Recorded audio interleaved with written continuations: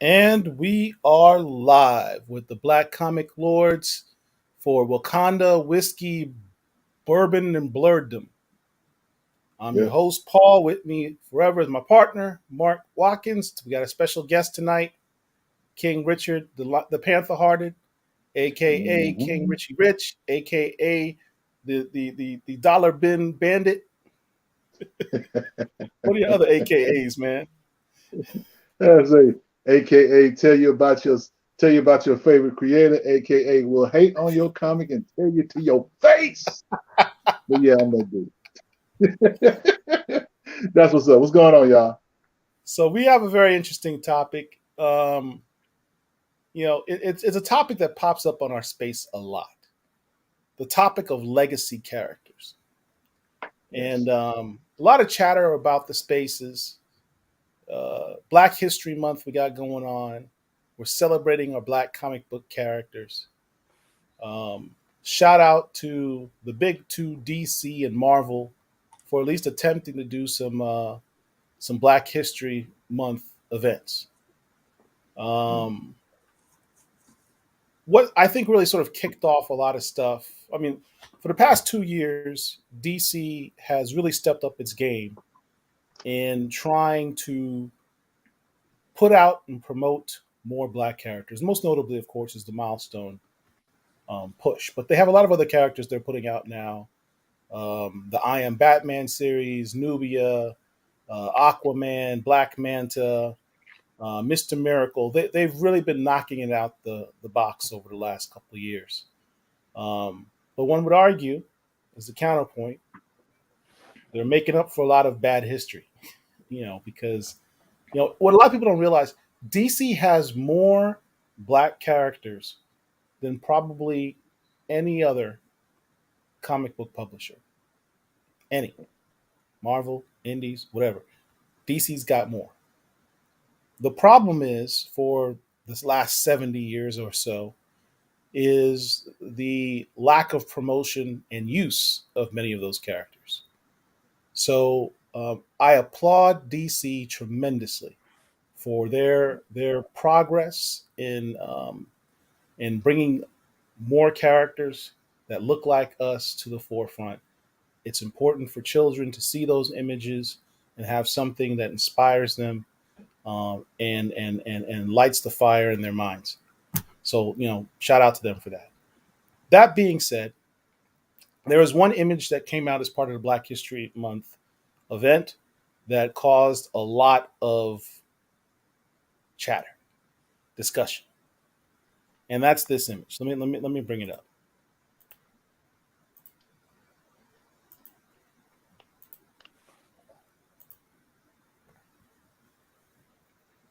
So this was part of, first of all, we have this new Black History Month logo that DC created, which is dope. It's got the red, yellow, and green. Um, it's not the red, black, and green that my man Rich has behind him on the Pan African flag. It's dope, but it's a good image. Um, so I appreciate that. So you got all these characters, probably about 2 dozen characters, and you have a mix of what is defined as a legacy characters versus um, what they call original Black characters. So if we count this, what do we have? We have, and you guys, I'm going to name the characters. You guys keep count, all right? Because I Well, can't count very well. Batwing, Steel, Natasha Steel, Aquaman, Green Lantern, Ms. Marvel, Flash, Batwoman, Signal, Nubia, Cal Ellis, Sojourner Mullen, Batman, and Steel. That's 13, but we have a disagreement All on right, whether or we'll not get to, we'll get we'll Steel. get to that. We'll Yeah, get to that yeah, in a yeah. second. So But so that's let's 13. count the non legacy characters, the quote unquote original Black characters. We have Black Lightning, Mister Terrific, Vixen, Cyborg, Black Manta, Naomi, Thunder and Lightning, Mal Duncan, Bumblebee. How many is that? I lost count. That's about That's 8. But Mr. Terrific is a legacy character. from who? Michael Holt's not the first Mr. Terrific. That's right. There was a white Mr. Terrific, wasn't there? Yes, sir. And Ah. did he have his own book, or just in the history of the Michael Holt character they mentioned this other dude? I think he's never had his own book, but he's not the first. Let me pull up the data for you. So, but I do know that. 1, 2, 3, 4, 5, 6. And I'm gonna tell you, Mark, the only reason why I know that is because I was having a discussion with a brother, and he was saying that the reason why he didn't collect Mr. Terrific was because Mr. Terrific was a legacy character. But you know, was it Spectra number 54? That's the first appearance of Michael Holt. Yeah. So, but the first Mr. Terrific.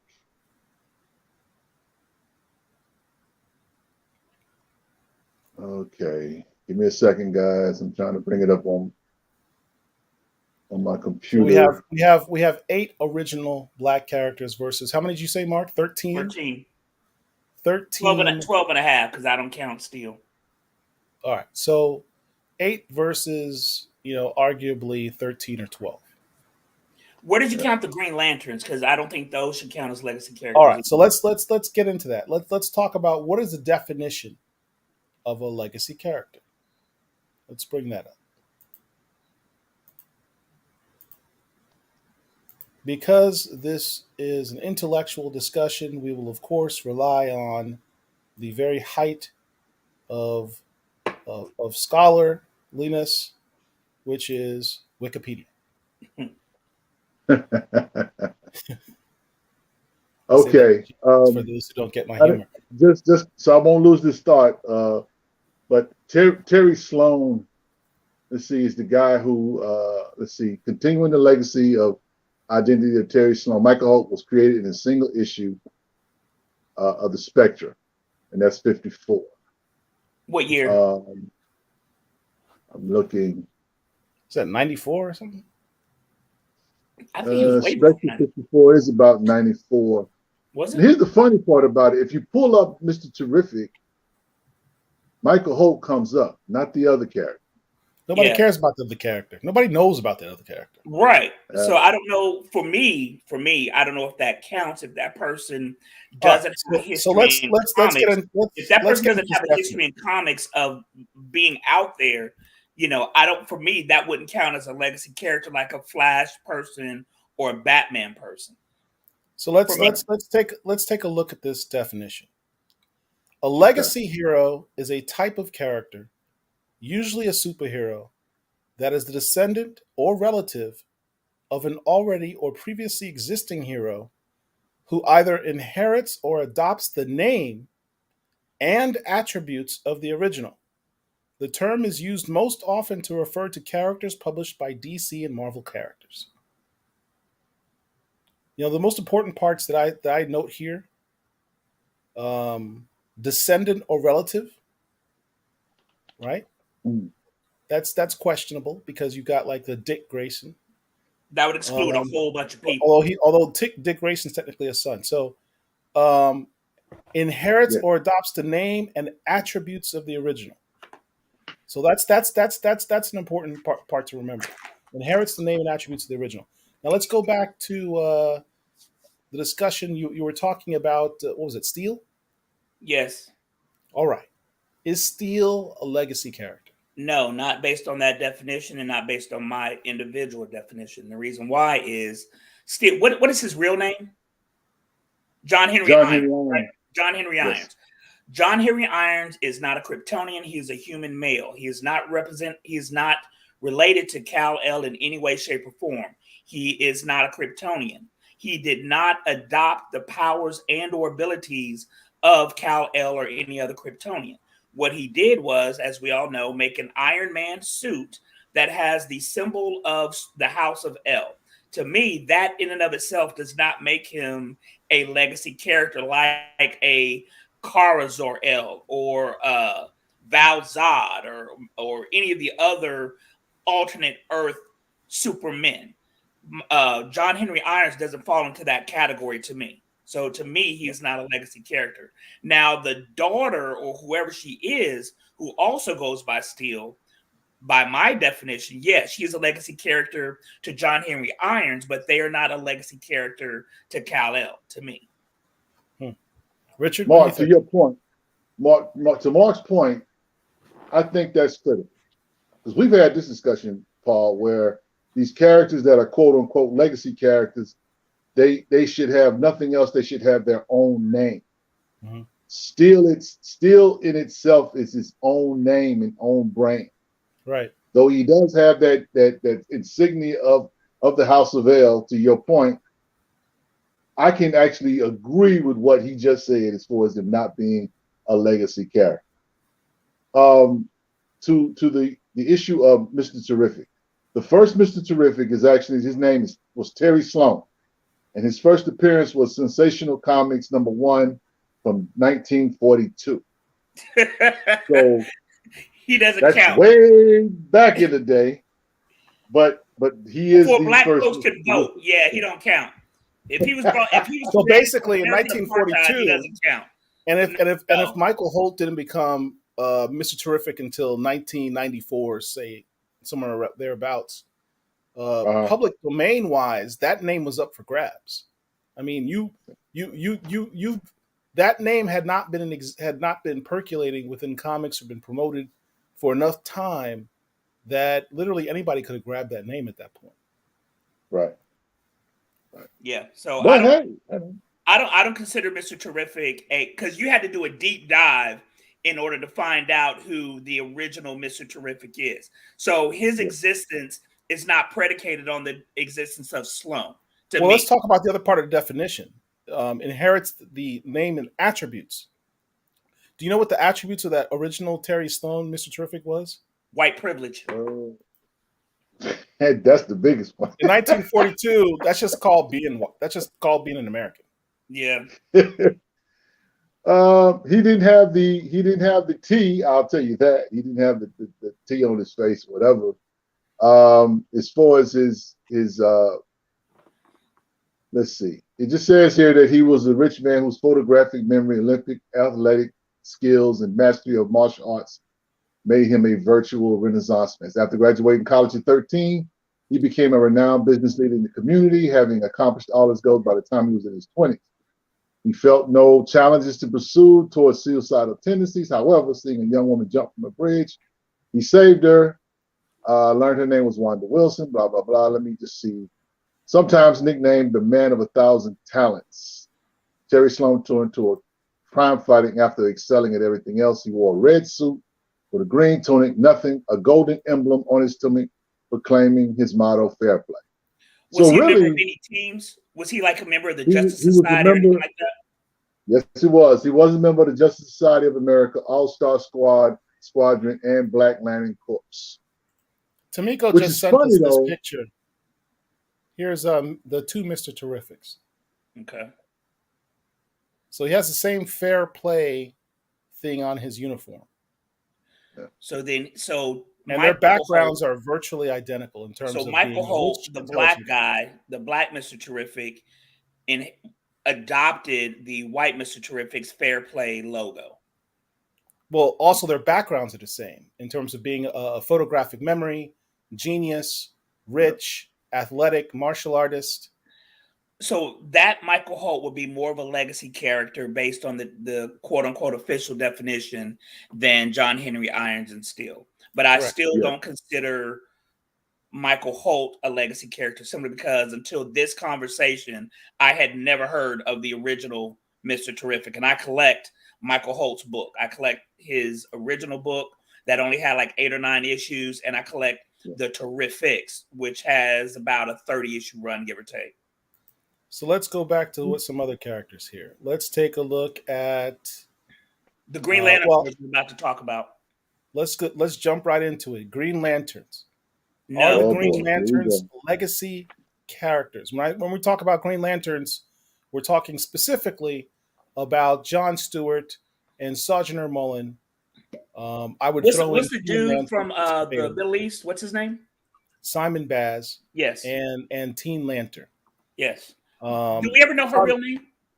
What? Do we ever learn her real name? Sojourner Mullins? No. Teen Lantern? Yeah. I want to say that they've at least revealed her first name, but I don't remember what it is. Let me look. All right. So, I don't know why DC didn't put Teen Lantern on here. She's been portrayed as Afro-Latina, so... Because they probably forgot about her. I think it's more a matter of the definition of black, but that's a whole other conversation. But she's an Afro-Latina. She's clearly Afro-Latina. Yeah. Her name is Kelly Quintella. That's what it is. Yes. Where did she make her first appearance? She's from Bolivia. Young Justice #1. Okay. She's from Bolivia. Gotcha. Well, I personally don't consider them quote unquote legacy characters simply because it is the Green Lantern Corps, and there are literally thousands of Green Lanterns. That's like they are literal police cops. So for me, they are not in the real world of the world that they exist in. They are not legacies because they're not trying to be somebody else. They joined a group of individuals who have this certain ability and power, which is basically a ring. They're like the Nova Corps in Marvel. They're cops. So every cop is not trying to be like the other cop. That's just part and parcel of the job that they have. And patrolling the spaceways, trying to keep, sentient life safe doesn't make you, by the definition that you gave, doesn't make you a legacy character. The Bat family, legacy. The Flash family, legacy. The Shazam Marvel family, legacy. Being a cop, no. H&H Comics says similar to the Nova Corps. Right. That's just what I said. I mean, the Nova Corps in Marvel is identical to the Green Lantern Corps in DC, to me. So that's the way I look at it. Yeah, we had some discussions behind the scenes about that, and we had a dissenting opinion on that. And the thought was, since the origin of the continuity in terms of Green Lantern as a book, we recognize who is the first Green Lantern in comics, quote unquote. That white dude from Justice Society with the blonde hair. Yeah. Alan Scott. Yes. Alan Scott. But the problem is, now that's his power set was different. That's according to the continuity as far as comics in print or whatever. DC did a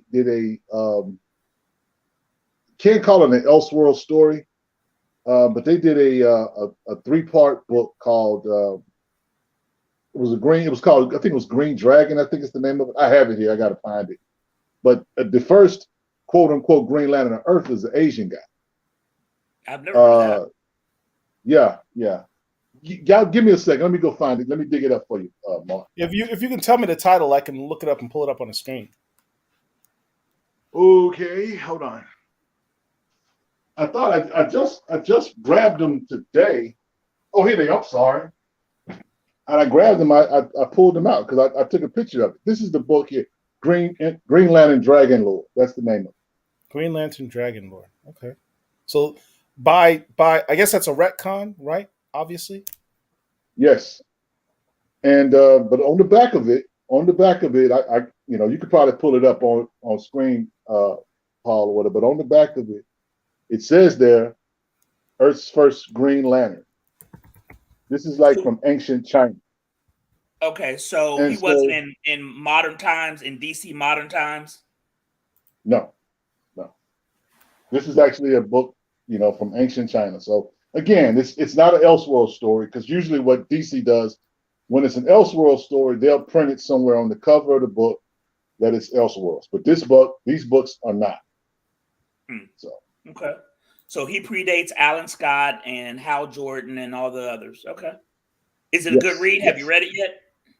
Yes, yes, it's a real good read. The thing is, though, as far as it messes you up in terms of the continuity of what we consider Green Lantern, because we looked at these guys as far as Alan Scott, later on Hal Jordan, as being quote unquote the Green Lanterns, because we don't really know them as anything else.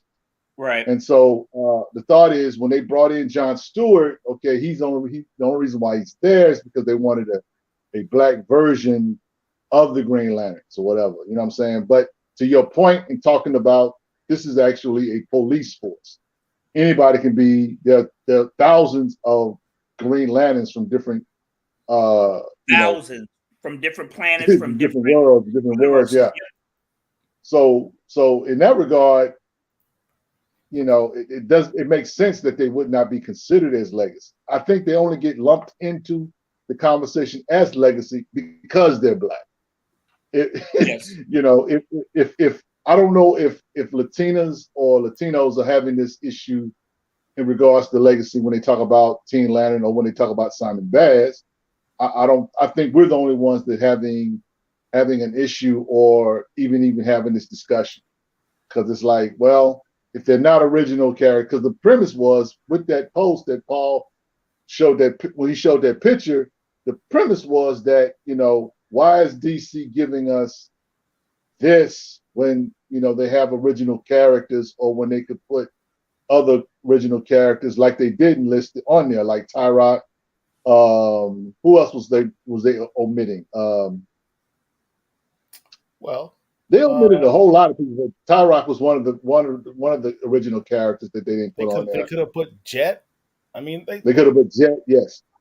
But they have over like 300 on the roster, right? But they only chose those specifically, and I think it's all because one, most of them fall under, to your point, Mark, the Bat family, Superman family, and the Flash family.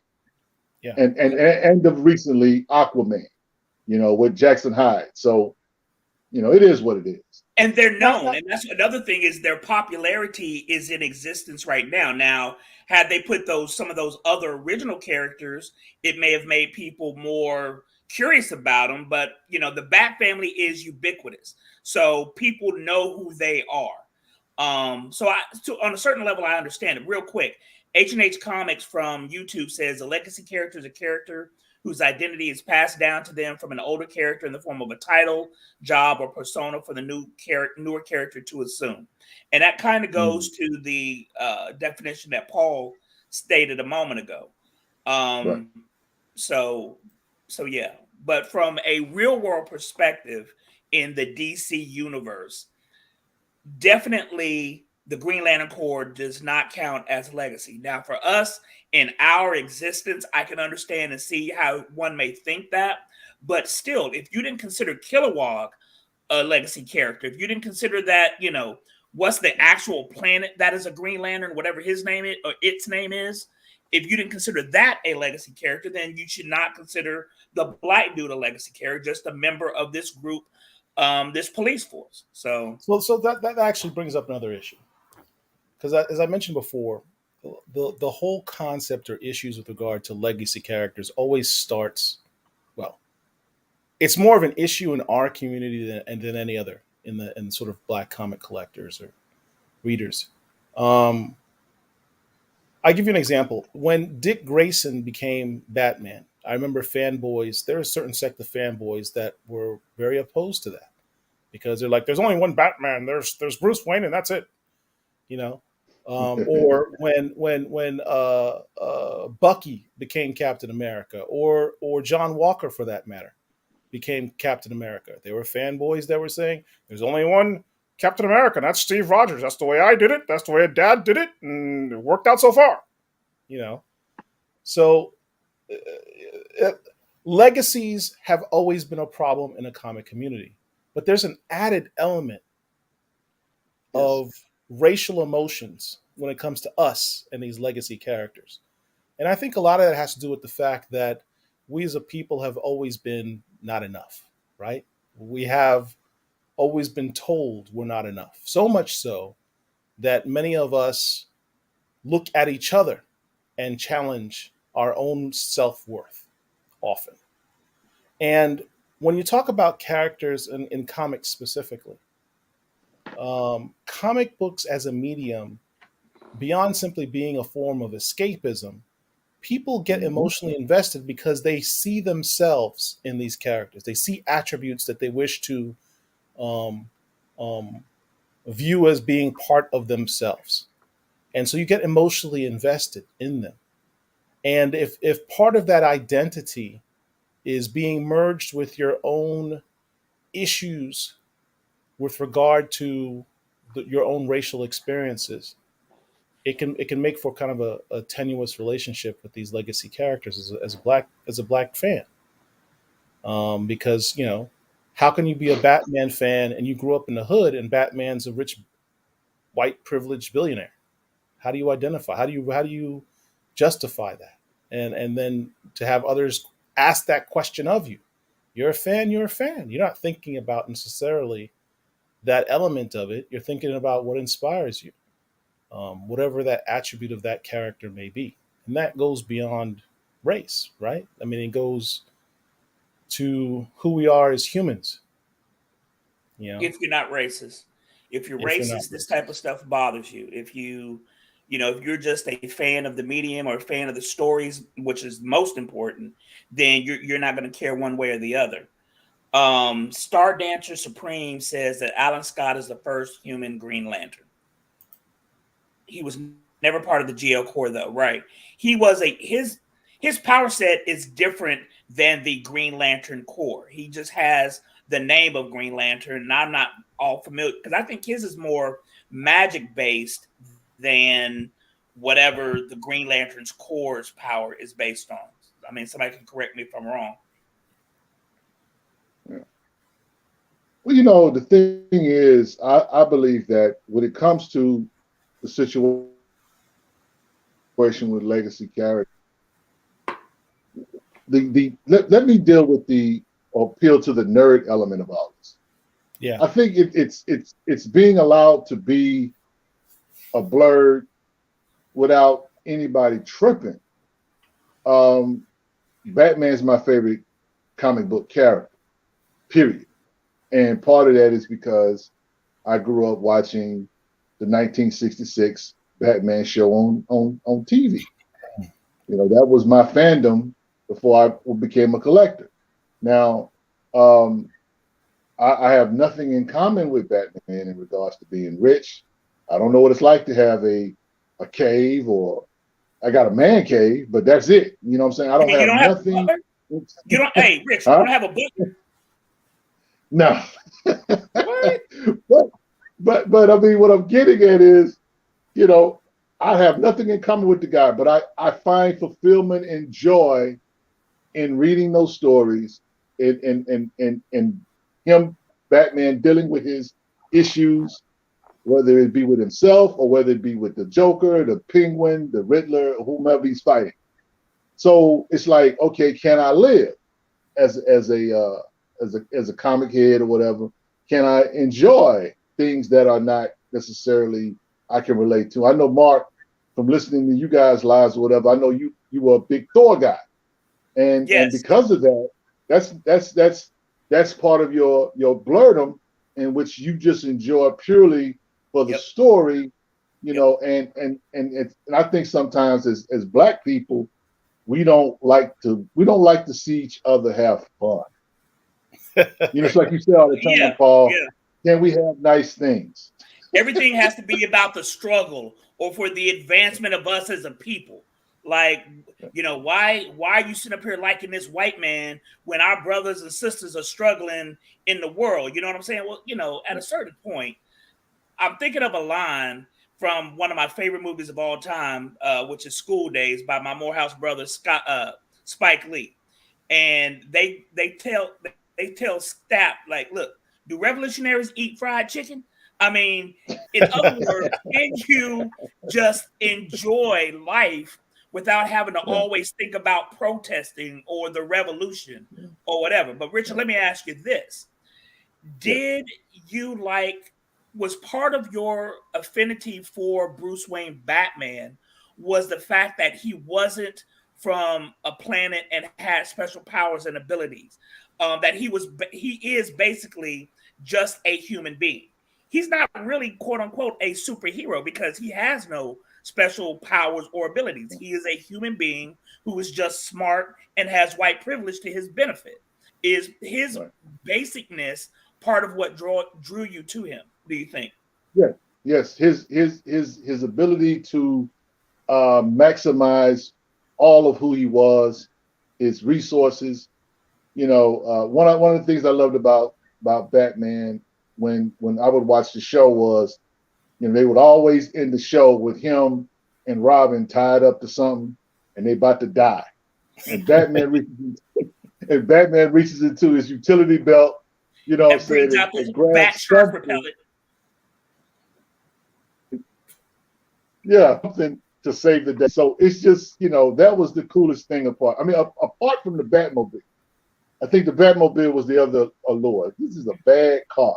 Come on, Yes, man. so, It's a black car, man. It's the Batmobile. Yeah, yeah. So, I think that definitely was a part of it, because and even today, even the modern books, when you read about Batman or you see Batman and Superman in a comic book together, whatever, Batman is just this dude who is just literally, all he has is his insight and his mind to deal with a god in the essence of you talking about Superman. Force of And will, force of personality. Yeah, he doesn't back down to him at all. And that's the funny thing about their relationships. I think if you ever read any of the Super Sons or any of the Batman Superman books, they are phenomenal reads in regards to just being able to, like, never to see yourself as the lesser than. In many cases, Clark always had to defer to Bruce because Bruce seemed to have the superior intellect and the confidence in who he was. So yeah. Stardust Supreme says the struggle mantra never fails to make me roll my eyes. Let us enjoy reading comics. Thank you for that. I mean, that's what Rich just said. He said, can I live? I mean, comics ultimately are a form of escapism. So it's hard. It's hard for me to hear people make comments like, you can't enjoy what you enjoy. You can't allow that to make you happy because it's not black enough for whatever reason. Like Richard just brought up, one of my favorite characters for years was Thor. And Thor is a true Aryan. I mean, blonde haired, blue eyed, he's the Hitler's type of person that Hitler would have looked up to, right? But for me, as a young comic book reader, I gravitated towards the honor that Thor displayed, in that he was so honorable that he's the only one who could lift this magic weapon. And that was something that I really liked, the honor and the morality that he supposedly displayed, despite him going out murdering trolls and giants and things of that nature. But that aside, that was one of his strength of body and his strength of character is what I liked, and I was a fan of his before I got into Black Panther, who's now obviously. So let's talk about that. Let's talk about an aspect of this, because the three of us are all middle-aged guys, and there's a generational component to this, because how we got into comics is different than those that come behind us got into comics. Because when we were coming up, our options were a lot more limited in terms of what black characters were out there. Content, characters. There were black characters, obviously, when we were kids, but they certainly weren't pushed to the forefront, and there weren't that many that were being promoted, and certainly not in regular books, and not ones that had their own ongoing series.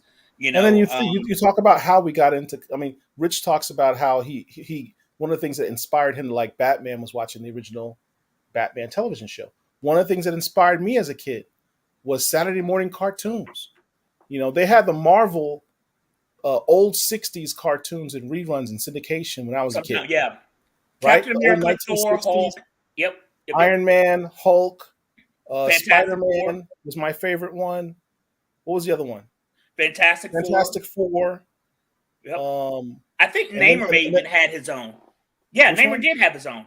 Namor had one. That's right, Submariner, and they had the Super Friends.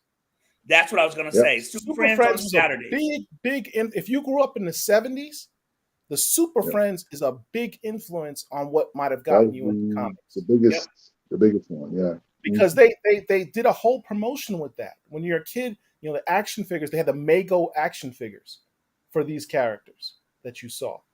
Yep. And for the generations that come behind us, you have millennials today that when you ask them, how did you get into comics? What are the first things that they're going to say? The X-Men cartoon. A whole generation of kids grew up seeing that X-Men cartoon, and that's what got them into comics. But what did the X-Men cartoon have that the Super Friends didn't have? They had black people. They had Storm. They had Bishop. They had an episode where even Black Panther had a cameo. They didn't have that. That doesn't count. He didn't say a word.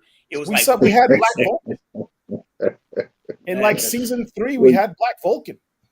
Well, see that we want to talk about a legacy character. The Black Vulcan's a legacy character. That's a whole other discussion. I've always wondered, and I read somewhere why they didn't have Black Lightning in there instead of Black Vulcan. I don't remember what it was, but I want to say there was a legal reason why they didn't have Black Lightning versus Black Vulcan in there. There was. I just don't remember what it is at this point. Yeah, Isabella was. They were going to put Black Lightning in the Super Friends, but it was an issue with Isabella agreeing to do it. And so it was kind of like DC was kind of like, we're doing this with or without you. So that's why the Black Vulcan became a character, because he's nowhere in the comics until later on. But what Isabella did in the Black Lightning Volume 1 run was he did an issue where there's this other Black Lightning in the issue, and he's fighting this villain, but he's also introduced to this other Black Lightning, and it's a pretty funny issue, but it was the thing that Isabella did. He basically shot DC the middle finger, and so they shot one back at him and said, well, we're just going to create this character, and the rest is history, as they say. But the whole thing though with how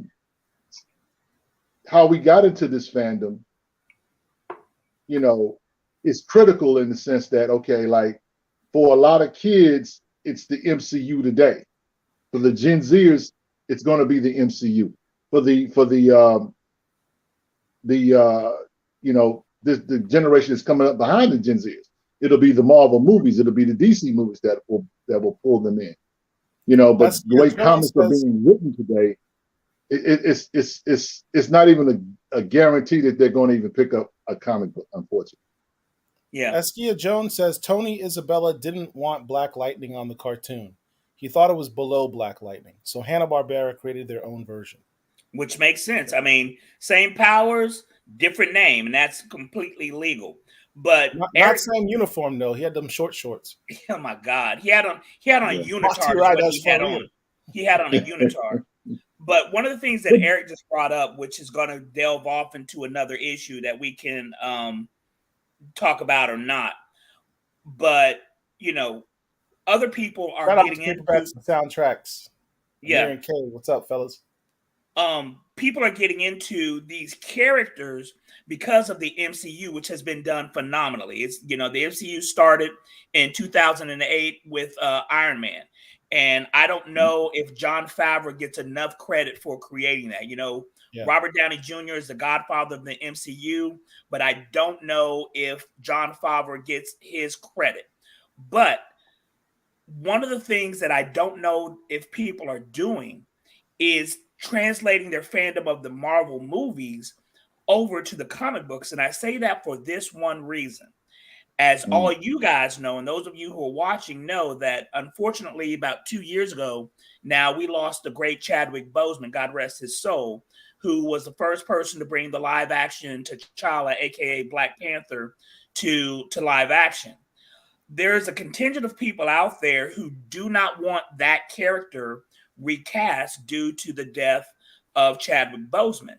But, us three, we've been reading comic books for decades, literally decades. And for us, the character of T'Challa is bigger than one actor or one writer or one artist or inker.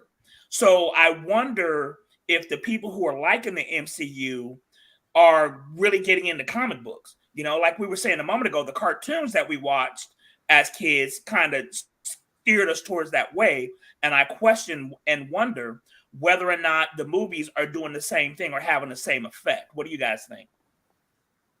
Mark, let me I give you an example of what it's going to take versus what will happen. It's going to take the comic book community and the movie entertainment industry to do it. We're basically going to have to partner together. The reason why I say is this: when I got a chance to see one of the number of times I saw Black Panther in the theaters happened to be I saw it like twice or three times in the same week. The first week it came out. Okay, that's all. Huh? I said that's all. That's all. But one of the times I saw it, I saw it at this theater where there was a LCS in the same strip center. And what the LCS did, the LCS came into the theater, and before they showed the movie itself, they gave away free comics. They passed out comics to people that probably didn't even have an idea what a comic shop looked like, let alone what a comic shop, does. Right. And I just thought that was amazing that they would even do that. And this was for Black Panther, the movie. Right. And so passing out these comic books, getting people to see if you love this movie here, you'll love this story here. They kind of did that. And I just remember thinking to myself, why aren't more shops or more people doing this? And I think, it's twofold. The comic book shop is thinking about, hey, I could bring some more people into my shop. Maybe after the movie theater, they'll come by and see what we got. And the other thing is maybe somebody will become interested in just reading comic books, period. But I just wonder why Marvel or DC doesn't do that or sponsor that with comic book shops to make that kind of thing happen. And you know what? So, and to piggyback on that, because that is a brilliant idea. Now, as avid collectors, we all know that Free Comic Book Day is a thing. But unless you've ever set foot in a comic book store, that's not going to resonate with you. You're not going to even think about that. You're not going to know about that. But what would be smart is if these, before every MCU movie, along with the price of a ticket, you got a free comic book that showed the character who you are about to watch. Have a one-shot companion comic book given out at the theater, which would make sense. Now, let me just say this. One of the things that I have been a Marvel guy since I was a kid. Just recently, within the past 4 or 5 years, I've gotten into DC Comics. But as a Marvel fan, I started getting pissed off in the mid-2000s when the Marvel titles kept renumbering themselves. They would, you would have a run of about 30 or 40 issues, and then you would have volume 3, that would be 30 or 40 issues, whatever. As a fan, I didn't like it, but from a company perspective, I understand why they did it. With these movies coming out, people may be turned off or intimidated by trying to buy a Batman comic that was issue number 495. So you're thinking as a new reader, oh my God, do I have to go back and buy 50 years worth of comic books in order to catch up and get into this particular story? So I understand it from that point. But I do like how, specifically since we were talking about Black Panther, they created this book, which is Black Panther Legacy. Yes. Basically, this is issue number 3. So it would be very easy for somebody who has no idea about the comics to pick up that issue and get a background of T'Challa and see, what his story is without having to worry about collecting Jungle Action or Volume 1, which is priced ungodly high. So, from a comic book perspective, I understand that. But I do like what you were saying, Richard, that they really should start giving out comic books with the movie tickets. Star Dancer says the Marvel fans of today has the attention span of a fruit fly. Most of them will never read the comic origins of their favorite character. And you are absolutely correct. I mean, being a comic book collector takes what is called dedication, because we do this for generations, for literally years. I've been collecting now for 40 years. All right. These people who are coming up now, they're not that old. They're used to everything being instantaneous. And I wonder whether or not they have the wherewithal to try to invest the time and money to do what it is that we do. So I don't know. Yeah. But I am liking this. Well, let me ask you this, Paul. Let me ask you this, Paul and Mark. We know we just had the 200th issue of Black Panther come out. And they put on the issue, 200, but then they put the 3 on it, of course, because that's the number in this run, in this volume that's out now. And so, let me just ask you, because I enjoyed the issue, but is it me or is it that they should have made a bigger deal out of this issue? They should have. Because I want to say this is the only Black-led comic book that has reached this milestone. At Marvel. Okay, so who at DC? Oh, actually, yeah. Any. Right. What Black comic book character other than Black Lightning? Oh, God. Black Panther has had 200 separate issues of their own title. Nobody. Well, I could interject one, but he's not considered Black. So who? Spawn. He is Black. Exactly. Yes. Spawn counts. But to your point, Paul. I mean, Mark. No one considers him to be a Black character. He just happens to be a character who happens to be Black. So, right. He's crispy burnt right now. I'm just saying. He's what? Crispy burnt. He's got an extra shade of melanin for him. He got a little bit more melanin. But you're absolutely. You know what? I don't even think of him as a Black character, but you're absolutely right. Yeah. He is. Yeah.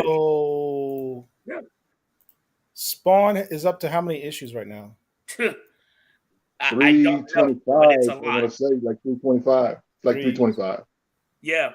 And that's not counting the extra books that he's got, like whatever they are. I don't collect them, but he's got, right now about 2 or 3 different iterations of the Spawn book. So what both of you are saying, that in terms of who is the king of Black comics, it's actually King Spawn. Right. And so there's King Spawn, and then there was another Spawn title along with the basic Spawn. There are about 3 out right now. Yeah, it's King Spawn, and then, King Spawn is actually Al Simmons, who is the Black Spawn. Then there's Spawn, and then there's that's why this little brother's giving him the crown. There's a little Black boy giving Spawn the crown because he is the longest running Black superhero ever. Yeah. Don't say that now. Don't say that too loud, because I know some people. I know people are in their feelings on this. Well, they run around with my boy Black Panther, but they would be wrong. But here's the thing though. Regardless of Spawn being quote unquote the king or having that number of issues, no one recognizes Spawn as a Black character. So he really, almost in a way, doesn't even count. Right. T'Challa is the guy. And what I was getting at is that, with that being the 200th issue of Black Panther, I felt like that book should have been bigger. It should have had more stories in it. They could have invited Coates back to do a few pages or whatever. I mean, to me, you name me a comic book that has had 200 issues that has not been promoted. Amir said they should have put more issues, more pages in that issue. Yes, I absolutely agree. Even though now the 1 in 25 variant, everybody is losing their mind behind it. It's going over for $300-$400, and I understand because it's a new character, but that goes to show you how desperate we are for original characters. That the demand is such to where that, okay, we're going to introduce a new character, and because we're going to introduce this new character, we're going to charge people, 80-90% more than what the cover price is. So, it is what it is. But with T'Challa being the guy, and I hate to say it, but I'm gonna say it like this: regardless, good or bad or indifferent, whether it's an original character or not, or a legacy character, they all take their cues, in my opinion, my humble opinion, they all take their cues from T'Challa. And the reason why I say that is because he is the face, in my opinion, of Black comics. We have other characters. We have dozens of characters people can find, but he is the guy. And y'all tell me somebody who has more influence. Is that why you think, Rich, we have seen the blow up of that number 3 1 in 25 variant? Absolutely. Because guess what? Look at these prices. $475. Yes. For a Black Panther book. $625. That's not the first appearance. This book came out 3 days ago. Yeah. Not the first appearance of Killmonger. Not the first appearance of Black Panther. No. Black Panther number 3. First appearance of Coach. A 9.8 for $1,850 on a book. If you spend that for that book, you're a fool. 3 days ago. 600, 625, 500. Look at this. This Black Panther number 3, Joe Jusko, doesn't come out till next week. That's cover price book is $3.99. $3.99. Yeah. If you pre-ordered it like I did, I paid less than that. I paid $2.79 for this book. It's going to be shipped to me the next couple of weeks. This dude is already pre-selling his book for $75, and I guarantee someone's going to buy it. Of course. Yep. Just because. Now, he's the other one for $75. Yeah. Now, when that book cools off, I might scoop me a copy, but I'm gonna wait till it cools off. Hey, Rich, my birthday's in September, man. My birthday's in September too. When's yours? So the 14th. So here's the other interesting thing. So people bought this ratio variant. They're going crazy over this, right? Mm-hmm. Look at the image that we have here. We have Storm, we have T'Challa, we have Gentle. We'll get into what happened in that issue to talk about, the story and the plot. But the big thing, what does it say? First appearance of Tosin Aduya. Where is he? Is he on the cover? He's not on the cover. He's not on the cover. I watched these YouTube guys, white YouTubers, trying to figure out why is this book selling the way it is. And they're like, oh, I don't know about Black Panther all that much. Who's this guy in the corner? There's this new character named Tosin Aduye. That's him there in the corner. I'm watching this going like, what? That's Gentle. He's an X-Men. He's been in mutant comic books for like 10 years. What was his first appearance? Do you know off the top of your head? I have it. His first appearance. You know what? I got access to information. Yeah, go look it up. Go look it up. So anyway, here's the thing. He's not even on the cover. There's no difference between the quality of this cover. No disrespect to Torian Clark. Excellent artist. It's a beautiful cover. But the character's not on there. This is a good cover too. This is Alex Ross, and it actually has to do with the plot inside the story. You've got all the X-Men there, T'Challa walking up the storm. But here's what we have coming out. Now I like that. I like that cover. That cover is nice. This is the new cover. This is the second print. Yeah, I like that. That's coming out. Right? I don't like it $115 worth of night, but it's nice cover. You can still pre-order this right now for $4.79. Right. Gentle first appeared in New X-Men Volume 2, number 23, April 2006. Yep. And I didn't collect New X-Men, so I don't have his first appearance. Look at what people are advertising this is. And this is how you have to be careful of these eBay people. Some people just try to scam you. It says Black Panther 3 CGC 9.8, second print, first appearance and cover appearance of Tosin Nduye. Great picture done by the artist Matthias Mahanini. Great art. But what does it say here? 1 in 25. Now, if you don't know any better, you'll assume that this is another incentive variant. That's a 1 in 25. And it's not. No. You can pre-order. You can pre-order it right now for like $5. Well, here's the thing about that, Paul. That's to get it sent to CGC for them to do that. I know, but they're saying 1 in 25, like it's extra rare. Yeah, it's not. Yeah. They're not. If you were to buy that, definitely you'll get a wake up call when you get it back on the blue label, and it shows that it's not that at all. So, I pre-ordered it, so I am going to get it at $3.99. So I'm not even tripping. But the thing is, why isn't there more interest in Black Panther? Black Panther in sales is not even cracking the top 50. That's the terrible thing about this, in my humble opinion. Right.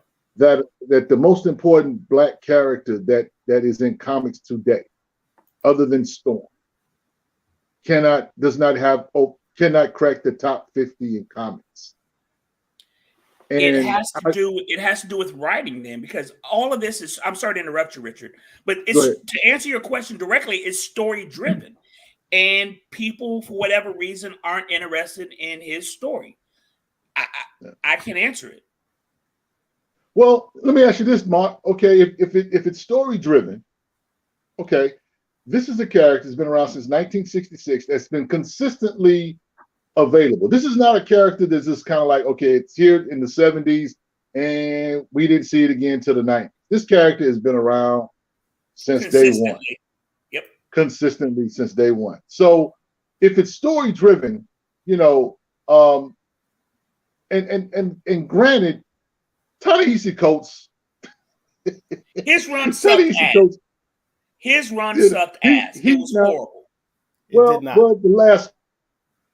I'll say the last one. Now, I did enjoy Nation Under Our Feet. I think that was decent. And I think that his Black Panther and the crew was okay. The crew was okay. But Intergalactic Republic of Wakanda, it was terrible. Now, me and Paul, we've gone back and forth to that nauseum over that, Ron. And, we were disturbed by it. I think in time.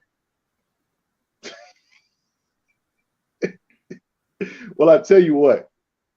To me, what John Ridley is doing right now in the book is, I think he's trying to make sense of the Intergalactic Republic of Wakanda.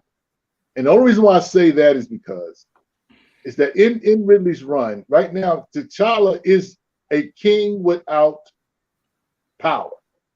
Right. And he's being treated as such. I know you guys have talked about it, and y'all don't too much care for how they've been treating your man, and I get it. I really, really do. But how do you treat someone who at one time was the power? Now he no longer is the power. You give him the power back. He's also the emperor of an intergalactic republic, or whatever it's called. See, Paul, we're at Wakanda Prime. We're on Earth. We're not in the galaxy right now. Now he did go to Mars. Yep. But we haven't seen that part of Wakanda as far as the galactic part of it. We haven't seen that yet in this run. I'm sure we will. But what I'm getting at is that the way he's being treated, he has been a king who has who has, I would say, shunned his role. To your point, you said all T'Challa really wants to do is be a superhero. He doesn't really want to be king. He doesn't really want the responsibility. You know, if he had his way, he would just marry Storm and he would go away and maybe come save the day every now and then. But that's not who he is, and that's not his responsibility. His responsibility is to these people, and his responsibility is to be the chairman of the Avengers. Which, by the way, he doesn't really want to do that, but he told Steve Rogers that he would. So he's a man that's been basically. It's not that he doesn't want to do it. The man's got all these spinning plates, and he's always busy. He doesn't want to do it. He doesn't want to do it. Did you? Man. I can't wait. You know what? He ran the Avengers. Look, not only did T'Challa run the Avengers, he elevated that. What happened under T'Challa's reign? He moved the Avengers into a celestial. He gave them the best base they've ever had. He equipped them with the best materials they've ever had. He gave them their own staff. He gave them their own staff.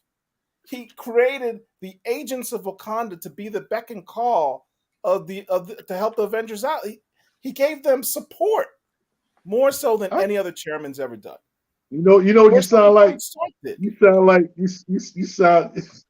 If I closed my eyes and had to listen to everything you said, I could have swore I was talking to Donald Trump. Lord, I can't believe you insulted like that. That's a huge. All right, Askia Jones says, I think Blade has more mainstream influence, but unfortunately, Blade does not come from a system or world like Wakanda where more black characters can originate from. Blade has no black ecosystem. Well, there's another character who isn't a legacy character, but is he a black character? Of course he's black. That's not even a question. Yeah. Okay, what makes him black? His epidermal layer. I mean, his stories may not be black centric, but like Spawn, but he is a black character. I'm not disagreeing, Mark. I'm just asking the question because the reason why I'm asking that question is because Blade is a dope character where we recognize that he is a black character, but he doesn't have his blackness is not on his sleeve like that. And so I wonder why I disagree. I've been reading. Okay, tell me why, Paul. Tell me why. I've been reading old Blade comic books. I would challenge you to read Marvel Previews #3. The thing with Blade is that we view it from an American perspective. Blade is British. I know we all have Wesley Snipes in our mind, and you know he's cool, and he did an incredible portrayal. He redefined the character for the screen, but in the comic books, technically, Blade is British. Okay, I get that. But let me ask you this: he got like you know London Brit swag. I get it. If you don't know what I mean, do you think Mahershala Ali is going to be British in the movie? That's an interesting question. That's an interesting question. That's a directorial decision. We heard his voice at the end of Eternals in one of the after credit scenes, and he did not have a British accent. I think they're going with the Wesley Snipes interpretation, but technically, Blade is British. He should sound like Idris Elba, right? And in fact, the speech pattern he uses in those old comics reminds you of an Idris Elba. Here's another comment from Askia Jones. Storm is not that important, unfortunately. I wish she was. She really only has one key, Giant Size X-Men #1, and she doesn't carry that book or cover. Damn, that was a good damn book, though. Those are bold words. So is Storm's only key Giant Size X-Men #1? I don't agree with Askia, but it was a good book. What other keys does Storm have? I mean, to me, the limited series that Eric Jerome Dickey wrote, the 6-issue Eric Jerome Dickey run by her and T'Challa. Yeah. I think that was a key. Not, I won't go as far as to call it "quote unquote" a key, but definitely an important story. But let me interject something, Eric. Richard, I'm sorry. The only reason why that book was important was because of T'Challa or her impending nuptials to T'Challa. And the same thing with Marvel Team Up 100. Yes, but that's the only reason why that book was important. There are keys. There are low grade keys in terms of important things that happened to Storm. Like there's a key where she met her grandmother. There's the key in Kenya. There's the key where I think she meets her ancient ancestor whose name is Ashkara, something like that. I just recently bought it. I haven't But read is it. she an important character? Those keys aside, is she an important character? And I would never have thought about it, but Jones makes a good point, because again, that 6-issue limited run that Richard just mentioned, the only reason why it was created and the only reason why it was important was because of the mega event of Storm and T'Challa getting married. So, I mean, yes, they're trying to elevate her now in the X titles as the Empress of the Soul System. Yeah. Or whatever. Well, that's a key. Planet Size X-Men #1 is a key. Because she became regent of Arakko. Arakko, yeah. And so she's the that's a emissary for the key. solar planetary system. Right. She and the super flex of helping to terraform Mars. Expanding her powers to goddess-like levels. But again, another key in that regard, where she's recognized as a goddess, was it in an X-Men book? No. It was in a Black Panther book. Why? Because the Black writers on Black Panther have done more with Storm than the Uncanny X-Men writers ever have. I said that.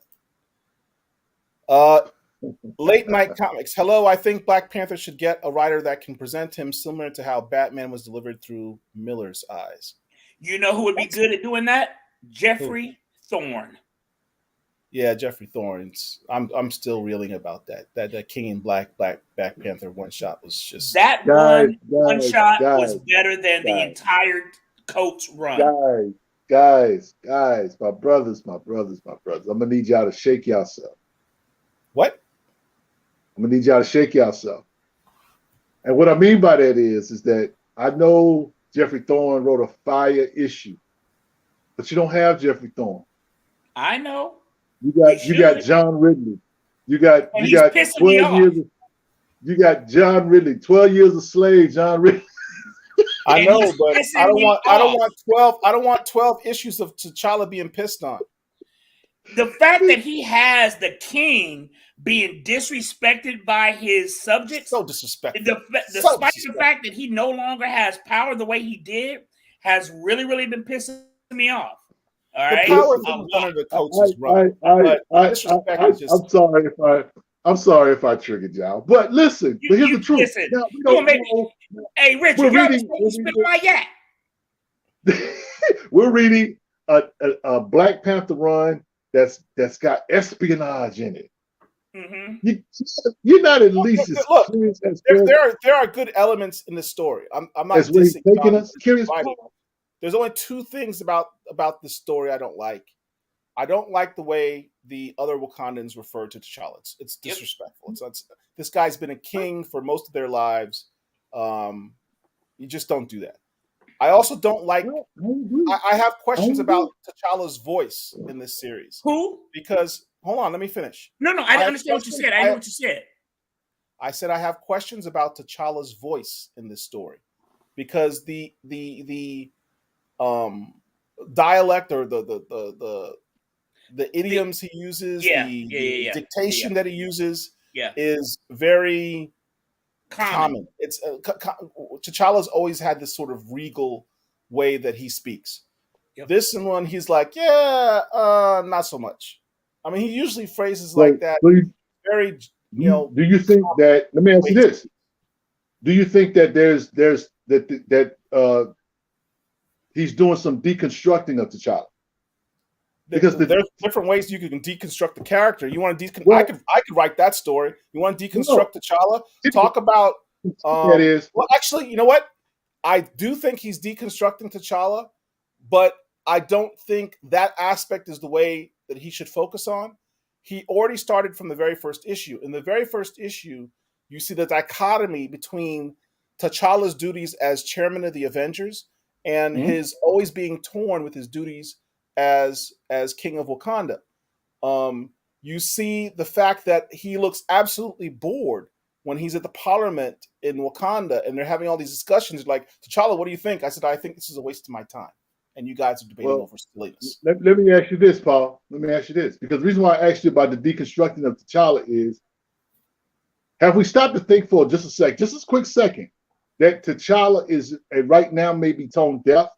And the reason why I say that is because he seems to me, in my opinion, this is my opinion, how I'm looking at his writing. He feels like he's a man that is mourning right now.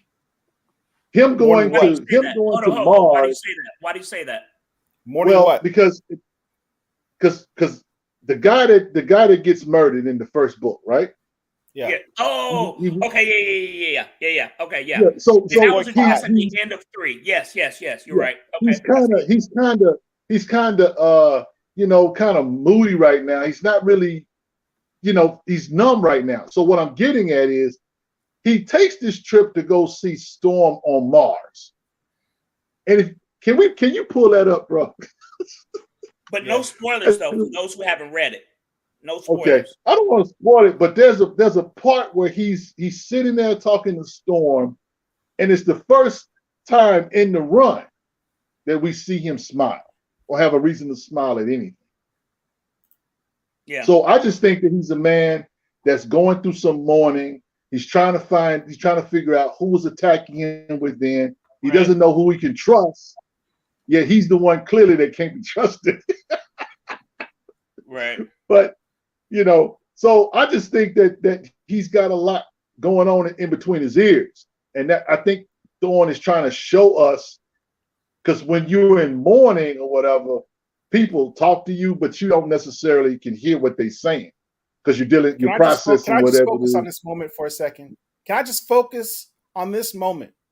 Look at that silly smile on his face. When's the last time you ever saw T'Challa show his teeth like that? Yeah. I'm gonna be honest with you. I don't like that image. I don't like the way he's drawn right here, smiling or not. Yeah. I'm not a fan of that. But Richard brings up a very, very good point, and something that I never would have thought of. But I still don't like the way his subjects are speaking to him. That's not the way you talk to your sovereign.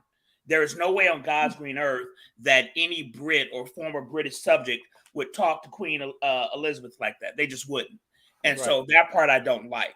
And everything that really has to do in this book is because of how Coates screwed up the whole of Wakanda in his run.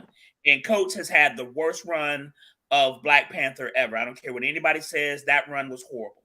And he should never write a comic book again. How we're used to seeing people refer to T'Challa is like this. Look at what Gentle says here when he's revealed as a double agent. No spoilers. Look, this book came out days ago. You should have read it by now if you're a true comic No spoilers. Head. Not everybody has the ability to get it right. Whatever. So he says, but why? I'm ready to die for you.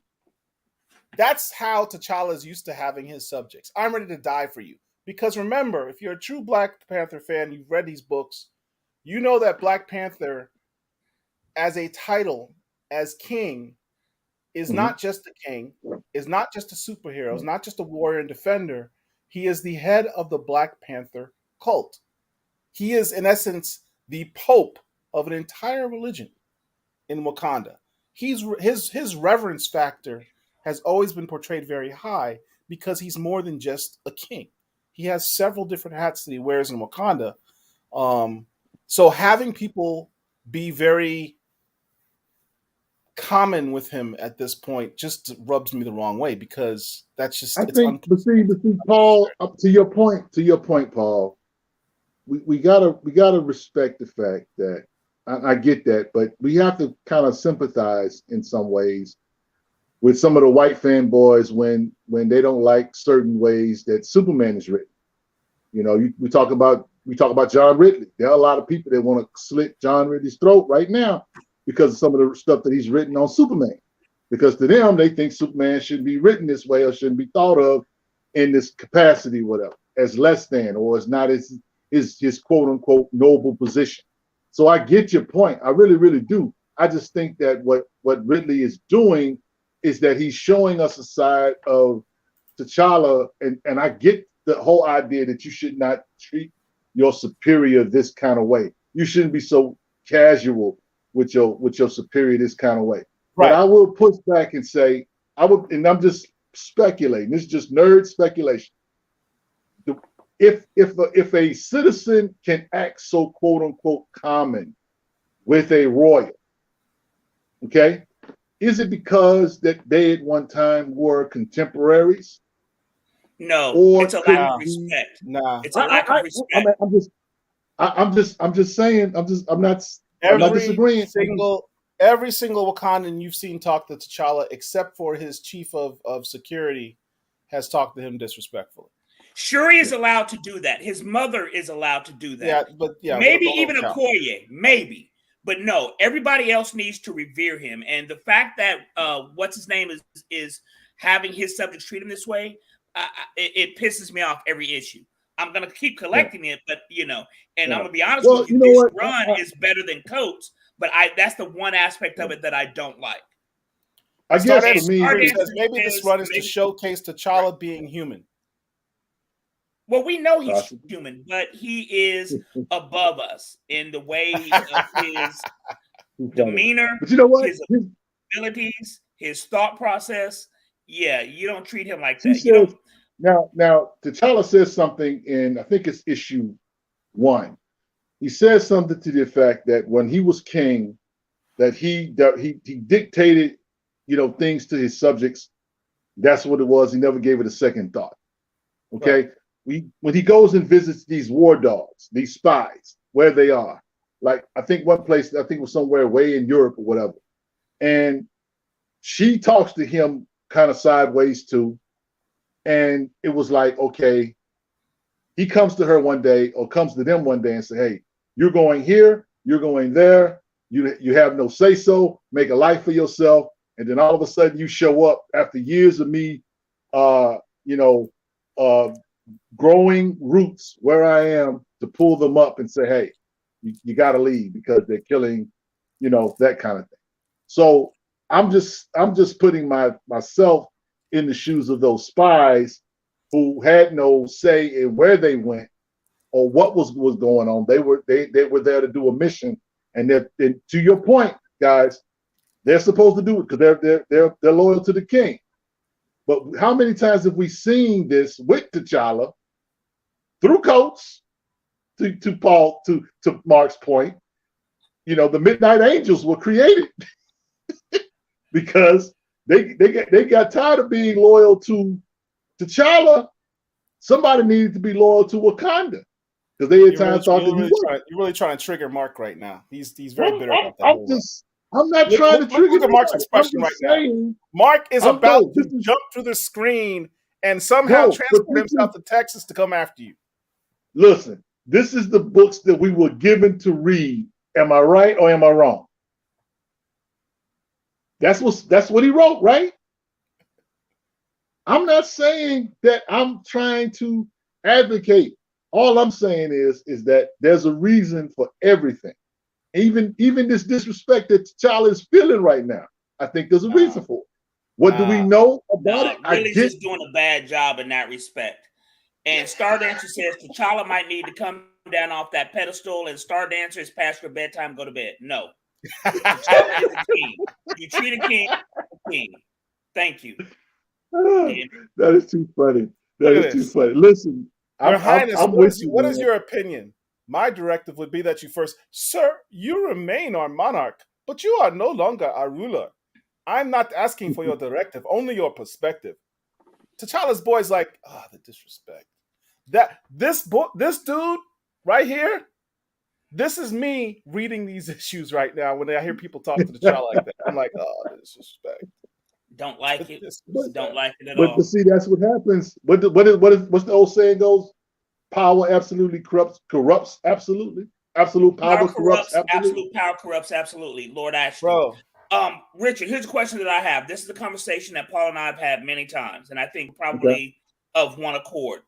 It is clear, because we know that a lot of people don't read comic books and they are relegated to watching the movies and shows and things of that nature. I am of, and Paul is as well, in the contingent of the recast T'Challa contingent. If they were to recast T'Challa, who would be your choice to take over the role of T'Challa? Give me your top three. As far as actors, yes. Jeez. While you're thinking about that, let me point out this scene. Show some respect, Your Highness. This is the people's business. Show some respect, Your Highness. Take that off screen, please. Thank you. I like Aldous Hodge.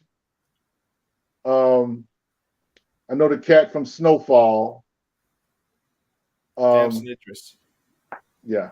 And as far as a wild card,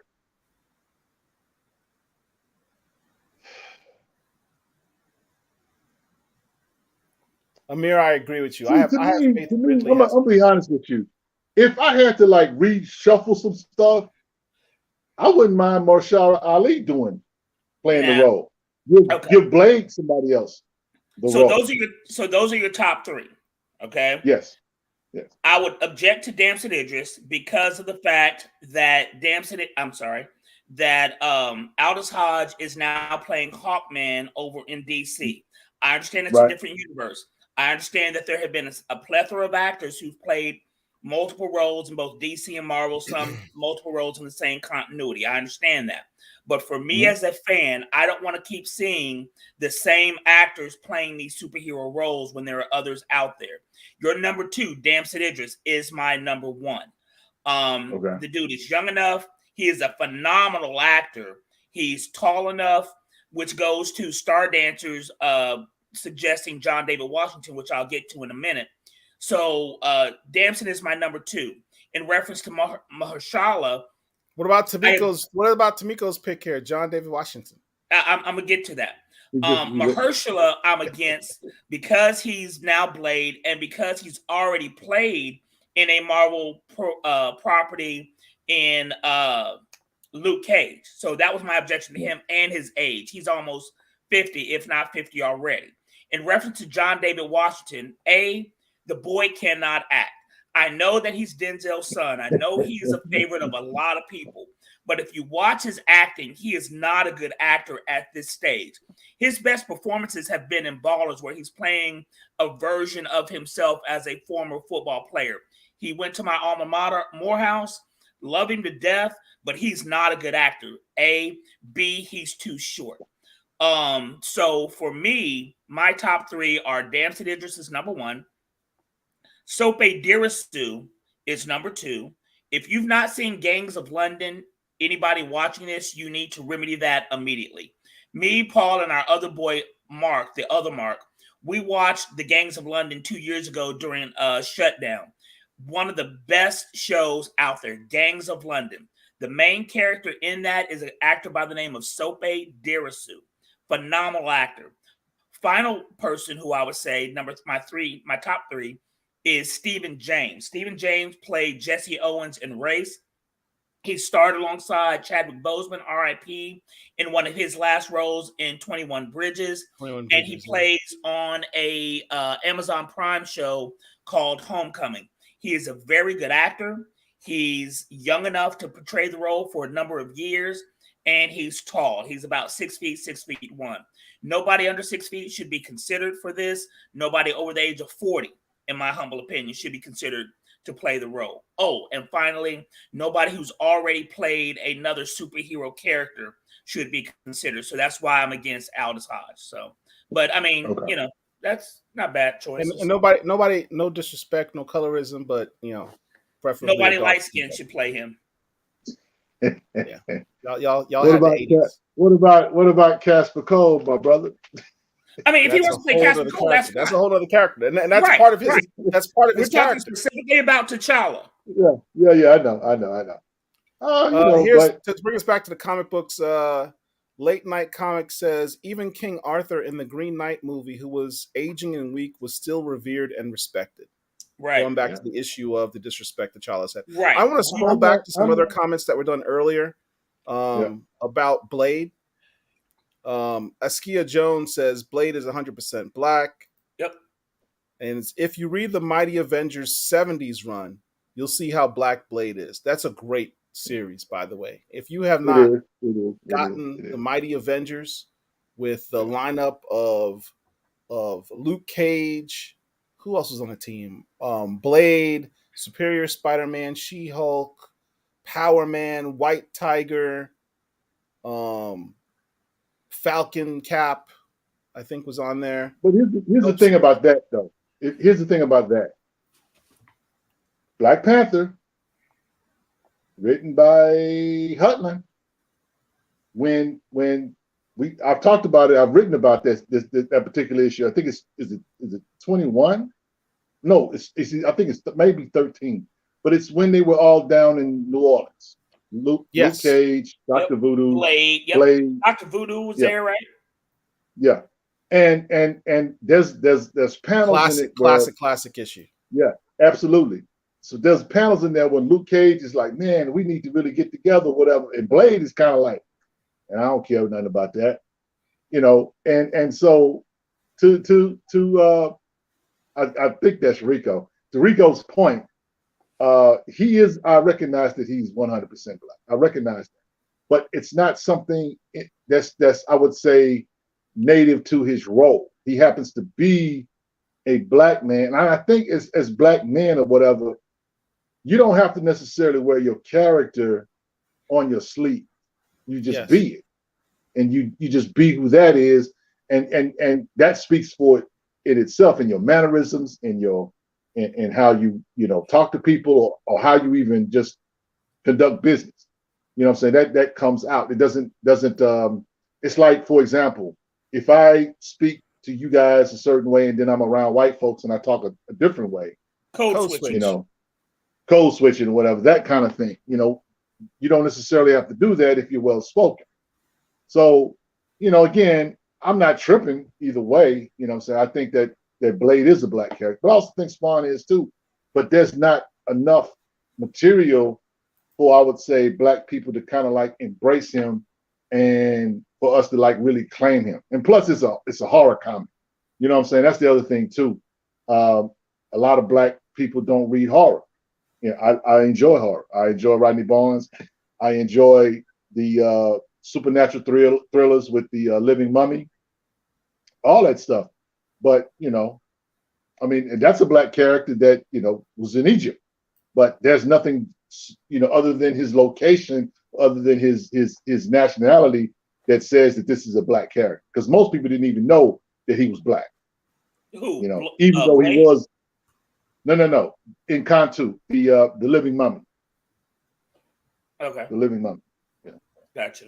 Paco Taylor says vampires don't really hang out at the barbershop. Now, let me say this. Even though we know Blade is a Brit, Blade has shown up in current versions of the Avengers team. I collect the Avengers. Blade is part of that. Yep. And he's now the sheriff of Chernobyl, which is now Vampire Land. Whenever I read that character, I don't see a Brit. I see Wesley Snipes. I hear a Wesley Snipes voice. I don't hear a Brit, So Wesley Snipes, that image right there, that looks like Wesley Snipes. So he has redefined the character from the 70s Brit person that he was to an Americanized vampire hunter. Yeah, Marvel made a conscious decision to retcon and revamp Blade based on the success of the films. Yep. So around, what was it, 98, I guess that was, right? Yes, that movie came out in 98.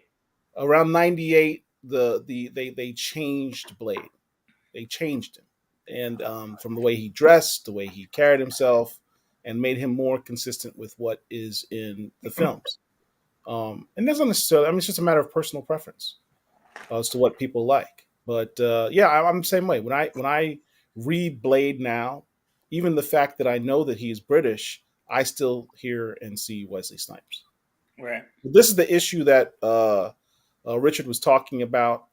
This is one of those mega classics you have to own as a black collector. Yep. Because the pairing of these guys, Blade, Dr. Voodoo, Black Panther, Luke Cage, and Monica Rambeau's not in this picture, but she's in this issue.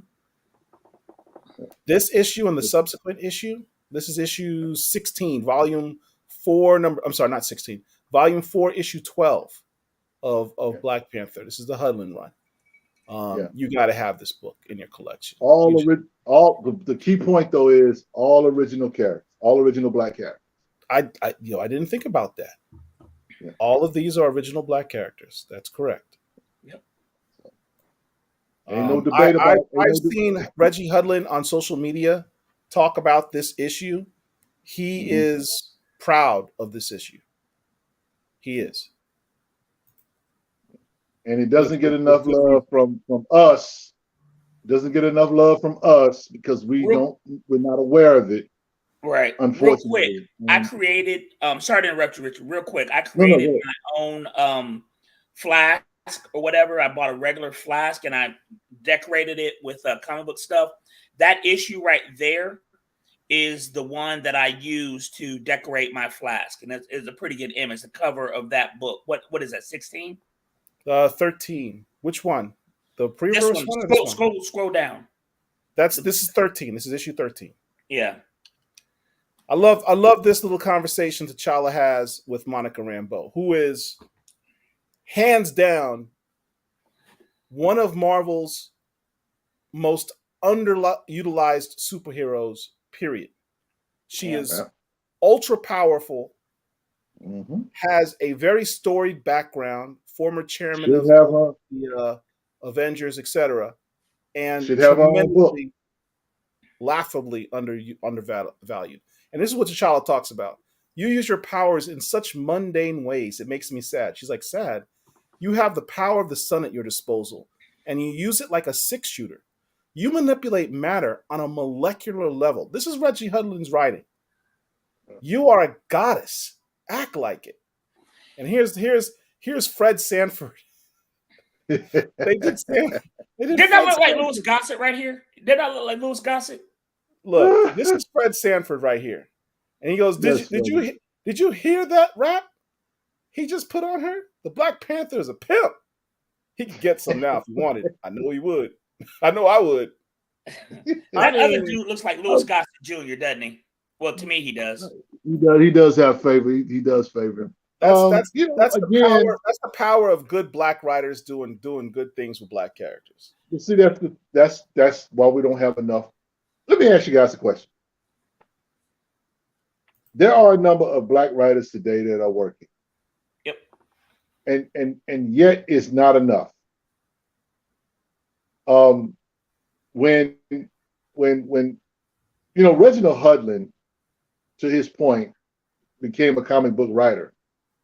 I remember Reginald Hudlin when he was, House Party is my joint. Yeah. I love that movie. The Hudlin but when he started doing comic books, and then he did the Black Panther run away. It was pretty amazing. Yes. Definitely pretty amazing. And so the stuff that he's doing now with Icon and Rocket, or with Hardware, with Icon and Rocket, that's what he's writing. Yep. Definitely very enjoyable. Yep. But he's just one guy. Yep. You got him, you got Rodney Barnes. Yep. Jeffrey Thorne. Yep. Okay, you guys don't want to put John Ridley in there, but I'll put John Ridley. You got David F. Walker. There's only a handful of these guys.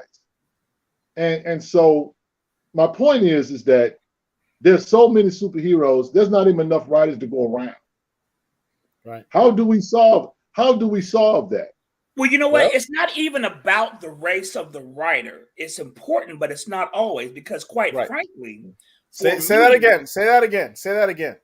It is not about the race of the writer, because to me, the second best writer of Black Panther is not Black. It's the white dude who wrote Jungle Action. Don McGregor. Don McGregor. For me, the best writers of Black Panther have been Reginald Hudlin, Don McGregor, Priest, Jack Kirby, and Ridley, and then Coates. Coates is dead last. But the number 2 writer is Ridley. I'm sorry, is McGregor. I mean, if you read the Jungle Action books, the way he Yeah. treated T'Challa with respect, with dignity, it shows Right. that he really understands the character. Even though the Yeah. character was created in the 60s by two Jewish white dudes, McGregor really fleshed out who T'Challa is to me. Right. And with all due respect to Priest, the Priest run was good, right? But he Classic. made Right. T'Challa more like Shaft than he did a regal monarch, in my opinion. Yeah. Reginald Hudlin made him a true monarch, and that's what I really appreciate about the Hudlin run, and the fact that he paired T'Challa with Storm from a story that came 25 years in the past.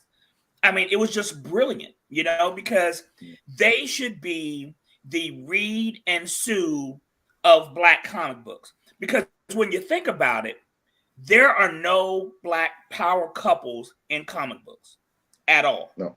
You've got No. Reed and Sue, you've got Peter and Mary Jane, you've Mm-hmm. got Superman and Lois. You don't Mm-hmm. have a Black romantic couple, and Black love is In, important. in an ongoing, so you got to specify in an ongoing series, in Right. an ongoing capacity. Yes, Yeah. right. And Well, you know what? Go ahead.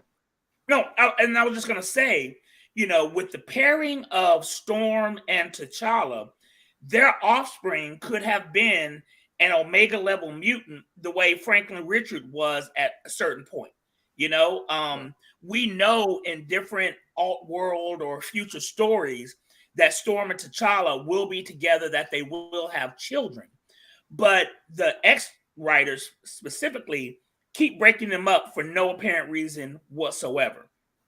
But they should be together, and we have to thank Reginald Hudlin for fleshing that out. Even though that was created in Marvel 2-in-1 100 that came out in 1984, 1985, nobody did anything with that for over 20 years. Reginald Hudlin did that. A couple of things on that. You talk about the difference between Priest and Hudlin in terms of their contributions to the character. Priest redefined the character because Black Panther, for all intents and purposes, was kind of a well, I would say in promotion, a C-list character. Priest made him cool, as you said, made him more like Shaft. Which I didn't like. Added that cool. I did like that. I like the fact that he made him cool. That's what really got me into Black Panther was the Priest run. Hudlin's contribution, and also Priest also really plucked a lot of stuff from Jungle Action and really dipped into Chala's background in his Volume 1 and with Jungle Action and brought those elements into the modern era. And then you saw him pair out. You saw him pair out with other characters, which you hadn't seen in a while, like Moon Knight. You saw him go up with Iron Man, Iron Fist, Shang-Chi, all of that during the Priest one. Hudlin then took what Priest did and then elevated further. In my opinion, under Hudlin's run, Hudlin made T'Challa in comics an A-list character. He made him so important in the Marvel universe. Yes. Before the movie came out and all the hype and all the bandwagon things that we have now, Hudlin made T'Challa an A-list character in the Marvel universe, in the comics, in his run. For people who don't know, who didn't read the Hudlin run, who didn't read comics back then, back in the early 2000s, there was every year Marvel does this cross-issue storyline that touches on every Marvel book that's out. Back then, it was the Civil War, not what we saw, kind of what we saw in the movie, but basically you had two contingents. You had the Captain America side, you had the Iron Man side, who were fighting against registration for anybody who lived in America who had powers. If you had powers and lived in America, Iron Man and his contingent felt that you should automatically register with the United States government for training. Captain America was like, nah, you need to be free and decide what you want to do. That was permeating the Marvel universe at that time. Because of Reginald Hudlin and his pairing of T'Challa and Storm, He put that aside. So all of the people who were fighting in America came to Wakanda to watch Storm and T'Challa get married. And not only that, but Uatu, the Watcher who lives on the moon, appeared at their wedding in Wakanda. And Uatu never appears in person unless there is something of universal magnitude that is so important that he must view in person. So that just shows you from Reginald's writing and perspective how important the marriage of Aurora Monroe and the King of Wakanda, T'Challa, was. But the X writers, whoever it was who did the X-Men versus Avengers storyline, messed that all up. Let me tell you, there was a period of about a year or 2 years where T'Challa and Aurora were on a world tour as a couple, as a power couple. They were legitimately a power couple, frankly, more powerful than Sue and Reed Richards. But the X writers messed that up during the Avengers versus X-Men storyline, and for some unknown reason, just broke them up. It makes no sense. Whoever that writer is needs to be flogged because it just messed it up. Now, the one thing that I will say about the Coach run, which I absolutely hate, is he has slowly tried to build their relationship back up, tried to bring them back together organically. But once again, in the X title, in the X of Swords storyline, they make Storm do something that would cause a wedge between her and T'Challa, which I don't understand. So the X people don't need to delve at all in the relationship between Storm and T'Challa. Just leave that to the Black Panther writers. So, right. Well, you know what? I wanted to share a couple of books. Hold on. Before you do that, let me just talk about one last point with regard to what Mark just shared. I want to share this one comic panel when he talks about how powerful they were. Look at this comic panel. This is Storm and T'Challa on their honeymoon. He goes, behind the smiles and the gifts lurks fear. People look at us as a couple and quiver. Too much power, too much wealth, too well connected. They think we might take over the world. So you want to do a goodwill tour to assuage their fears? Exactly. And if we can't assuage their fears, that would be unfortunate. Why? Because then we'd have to take over the world. He's dead ass. He's serious. Yep. Like, I mean, understand who this dude is. This is the guy who's always thinking 5 steps ahead. You think when he says that he's being like colloquial? No, he means he's got a plan for taking over the world should anyone try to mess with his marriage to Storm. This made no sense why they broke up in Avengers versus X-Men. I'm sorry to interrupt you, Paul. I'm sorry. I apologize. But it pisses me off to this day. It made no sense. And the way it was done, he could have deaded that whole Civil War on his own. Too funny, guys. Too funny. So go ahead, Richard. For those, you know us. This is Wakanda whiskey, Bourbon, and Blerddom. Wakanda will always be on this show. This is actually complimentary of what we're talking about. If you want some Storm and Black Panther stuff outside of Black Panther, you can pick up this. This is trade. This is the Fantastic Four issues 544 to 550. Yep, got him. This is written by Dwayne, the elder, Dwayne McDuffie. Yeah. And this is basically a story where Sue and Reed go on vacation, and T'Challa and Storm have to watch over things. Right. They are the Fantastic Four. Yeah. So there's this for you guys who want to get some Storm and Black Panther love. I've got those issues. I've got those individual issues, and that just goes into what I was saying is how important Reginald Hutland's run was, because his story that he created in his book transferred over into other titles. Yeah, made them the foremost couple in the Marvel universe.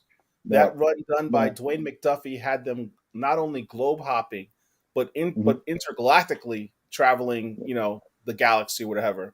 At one point, is that the one where T'Challa puts Silver Surfer in a chokehold or whatever? Yeah, this is it. Yeah, Dwayne McDuffie had T'Challa. That wasn't a real. That wasn't. Let's be honest. I mean, still, I'm a the image of it was significant. It's comics. It's comics, Paul. Listen, I'm a T'Challa stan, but that ranks up there with Batman knocking the wind out of the Hulk. I mean, it's just not gonna happen. Too funny. But also, I would say Vulcan Ronan says, "Did you guys hear about what Jonathan Hickman had planned for Storm and Black Panther from Giant Size Storm?" Yes. No. Yes, we did. We heard about it. We have heard about it. Oh, go ahead and tell him. Go ahead and break his heart again, Paul. Go ahead. All right. So, if you read Planet Size X-Men, which I did. Sorry, my daughter's sneaking me apparently a snack here from what is it? It's sugar-free. Oh, sugar-free, some type of chocolate thing? Chocolate-free. There's no spoon. Oh, there's a spoon. Thank you very much, baby. I appreciate that. It's past your bedtime. Sugar-free. What's the fun in that? I know, right? Oh, okay. I love you.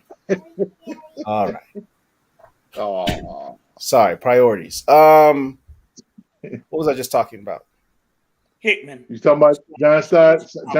Yeah. Planet Size X-Men. Or I'm sorry, Giant Size X-Men Storm.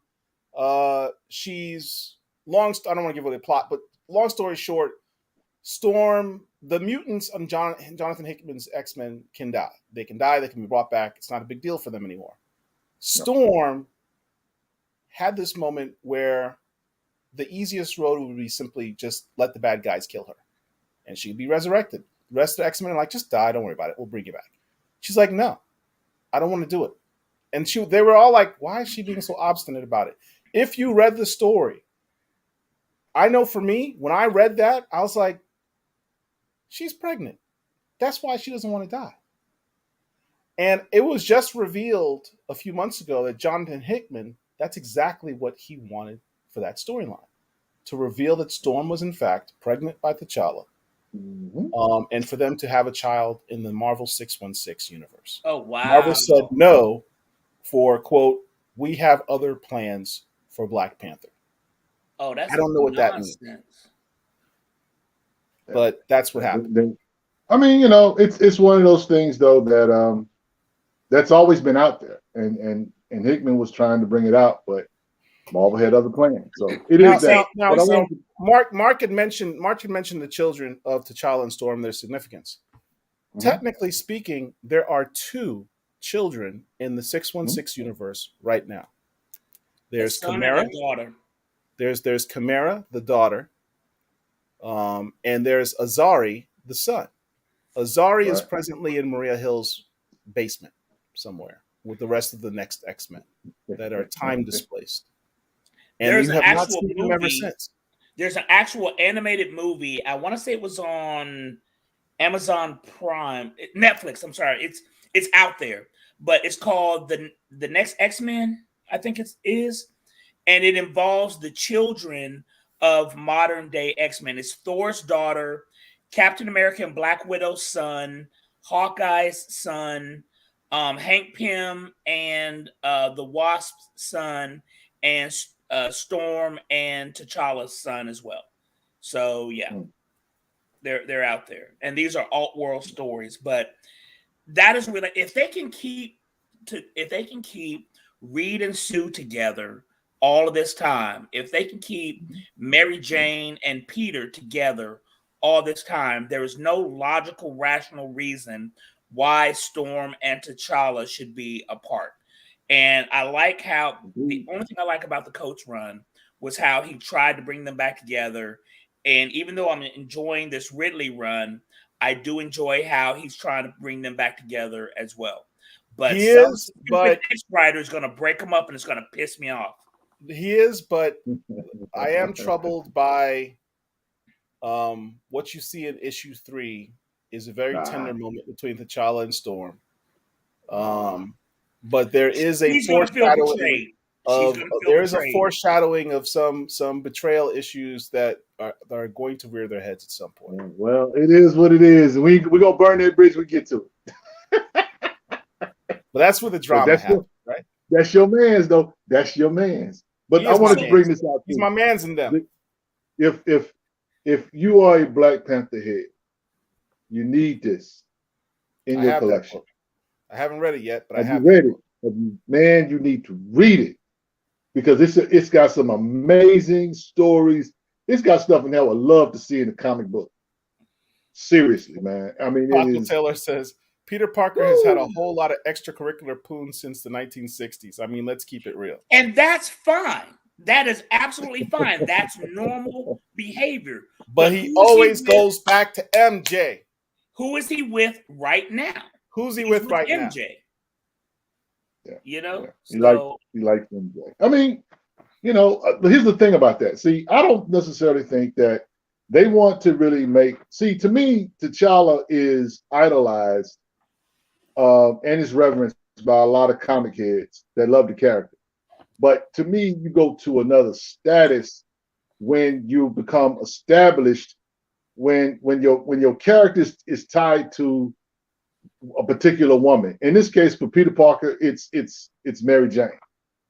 Even before Mary Jane, it was Gwen Stacy. We know these characters because they have been in the stories with Peter Parker for decades, right? Yep. So the problem is, as Black men, we have this unfortunate reputation or perception that we're players, that we're hypersexualized, or we're very angry. If you go back and look most of your comic books, whether you're talking about Luke Cage, Black Lightning, et cetera, et cetera, et cetera, they always look like they're pissed off. They're always ready to kill something. And with T'Challa or whatever, he has this air of mystery about it. And cool. The only one that really, that cool about it. And Storm is virtue for him, but they may perceive him as a weakness for him, if that makes any sense. We like this guy to be this one way. I'm just saying. I say no because before Storm, during the McGregor run, he was with Monica Lynn for a very, very long time.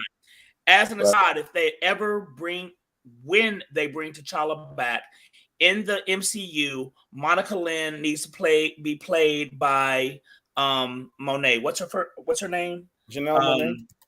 Say it again. Janelle Monet. Yes, Janelle Monet. She needs to be Monica Lynn. But he was with her for a very, very, very long time. You know, so was he with her in the Priest run as well? Yes. Yeah. Yep. Yeah. So Monica Lynn was his longtime love interest until Hudlin brought up the Storm thing again. So, you know, the MCU and Coogler did it a different way and put him with Nakia. But, you know, I, as a comic book fan, want to see him with Storm. And that's what non-comic book fans, anti-recast T'Challa contingent don't understand. Yeah. Well, you know, Mark, I mentioned this to Paul at one time. You know, they just did the DC stuff. They just did the Batman Catwoman book, and I'm like, why can't Marvel do the same thing with Storm and T'Challa?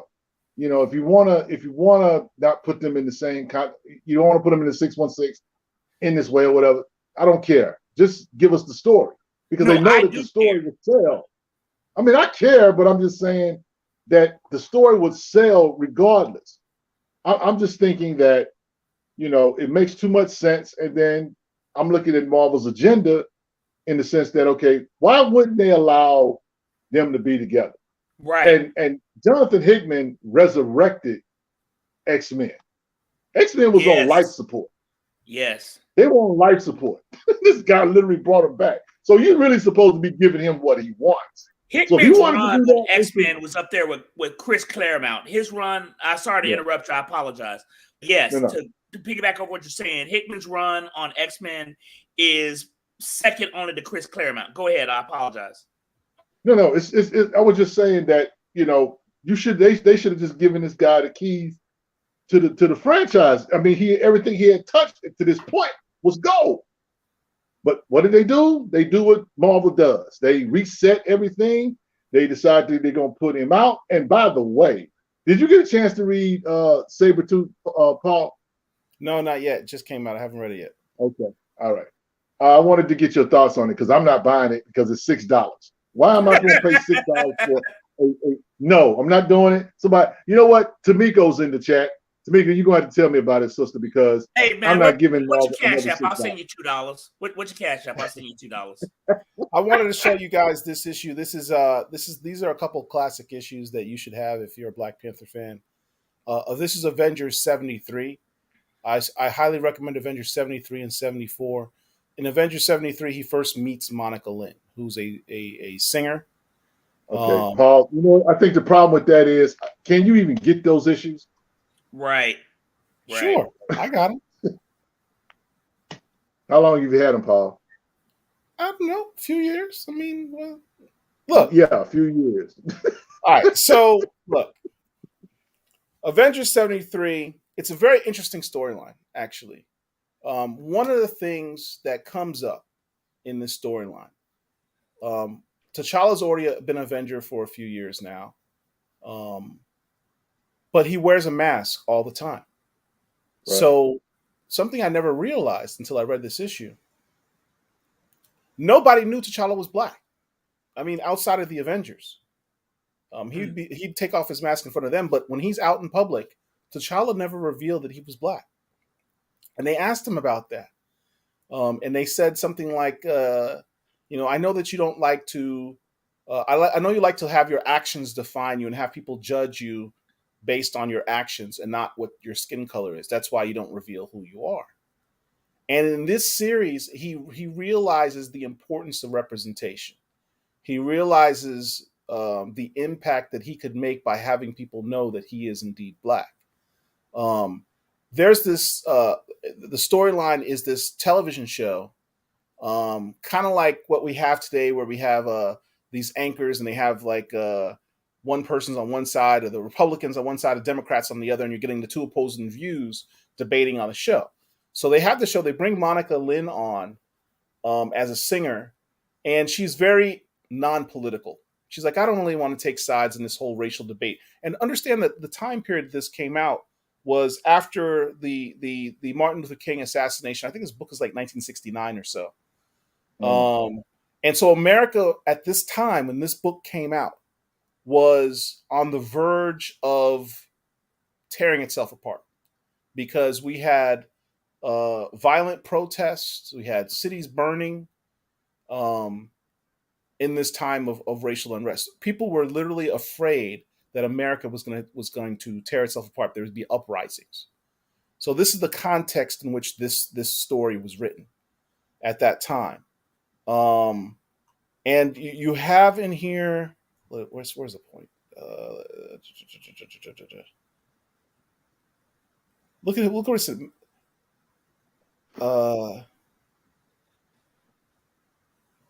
Half of America may soon be at the other half's throat. Maybe so, but the Avengers tied the serpent's tail. The serpent society are like supervillain Ku Klux Klan white supremacist people. They pop up several times over the years with Avengers and Captain America comics. And the Avengers are trying to say, well, maybe we should do something to stop the serpents. And T'Challa's like, no, I thought you more than anything. It was like, these are my people that the serpents have been beating and killing it, and I claim my right to take them alone. This is the first time you've seen T'Challa get involved in racial politics, is in this issue. I don't want to give away more of what the story talks about, but I promise you, you will not be disappointed when you read Avengers 73 and 74. Great storyline. And it is the storyline that shows how he fell in love with Monica Lynn. Monica Lynn eventually actually goes from being non-political to deciding, you know what, I need to take a stand on racial politics. So, Black Comic Collector fan, you need to get Avengers 73, 70. Even if you're not a Black Panther fan, you'd be a fan of this storyline.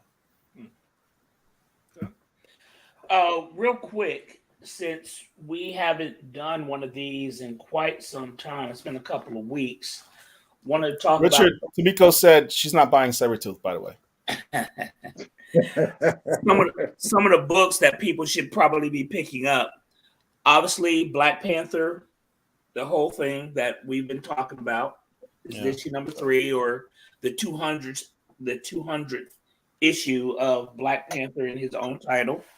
And if you have the 1 in 25 extra copy you want to give to me, or I can sell it to me, I'd be happy to do it if it's less than $300. Basilisk, which is very good book, which is a Boom Studios book. Can't say enough good things about Noctera. It is a horror book. Very, very good title. Very, very good book. Black characters in it too. Yep. All the ones that I'm talking about are black characters. Static, of course, by the aforementioned Reginald Hudlin. That's the best Static issue they've done so far. Not saying a lot. It was I was waiting for Richard to say that. I said that specifically just to have Richard say that. Okay. I mean, I've liked all of them. Two Moons, which is very, very good.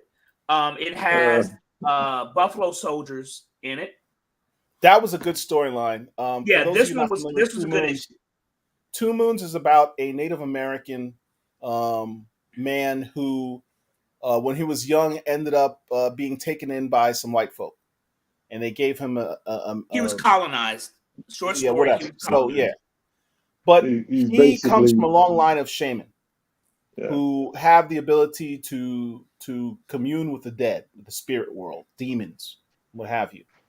Long story short, he's in the army. He's a scout for the army. He realizes that he can commune with the dead. Things happen. He's going after demons and stuff. But in this particular storyline, over these several issues, they run across a group of Buffalo Soldiers. So I love stories about the Buffalo Soldiers, the Old West, blacks in the Old West. So I thought it was a really cool storyline. Yes. What they did in the first 6 or so issues of Two Moons was in a certain time period, and then when it picked back up, it's like 20 years in the future.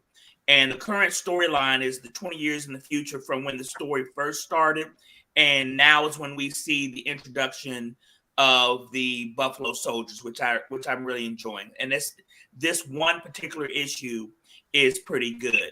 Gordon Richard, says that H&H Comics is asking you when is the next Anita Hawes video, by the way. Don't know. Man. And that's what I'm getting ready to get to. Excellence. If you're not reading Excellence, I would highly encourage you to pick this up. This is a black-centric book from Image Comics about Kari Randolph and Brandon magic powers. Thomas. It's a very, very good book. There it is. Nubia, 6-issue limited series. Very good book. In this particular issue, we saw how Nubia has game and was able to back up on this one particular young lady. Very, very good book. Very, very good story. Nubia is now the queen of the Amazonians in Themyscira. You were speaking about Nita Hawes. If you read Philadelphia, which I would highly encourage you to do so, Richard Nita Hawes' Nightmare Blog is a companion book to that. That's the cover too, but by Jason Sean Alexander. He's doing this whole series of old Saturday Evening Post Norman Rockwell style covers. Right. I think that's probably the second or third one of those he's done, and he's got the next issue is going to have another one. And I'm telling you, the stories are pretty good. It is a horror book. It is a supernatural book involving demons and things of that nature. Very, very, very good book. Now, as a collector, I'm collecting A, more black books, and B, more books that don't just involve superheroes and capes and cows. I'm collecting a lot of supernatural stuff as well. Suicide Squad. People may not be reading the Suicide Squad, but Amanda Waller is the villain, basically, in this book. She is a black woman who is powerful and smart. I would encourage you to pick up the Suicide Squad. Not only this version, but volume 1. Amanda Waller is that chick. She is an extremely powerful, and when I say powerful, I don't mean in the context of Superman powerful or whatever, but I'm talking about politically, intellectually.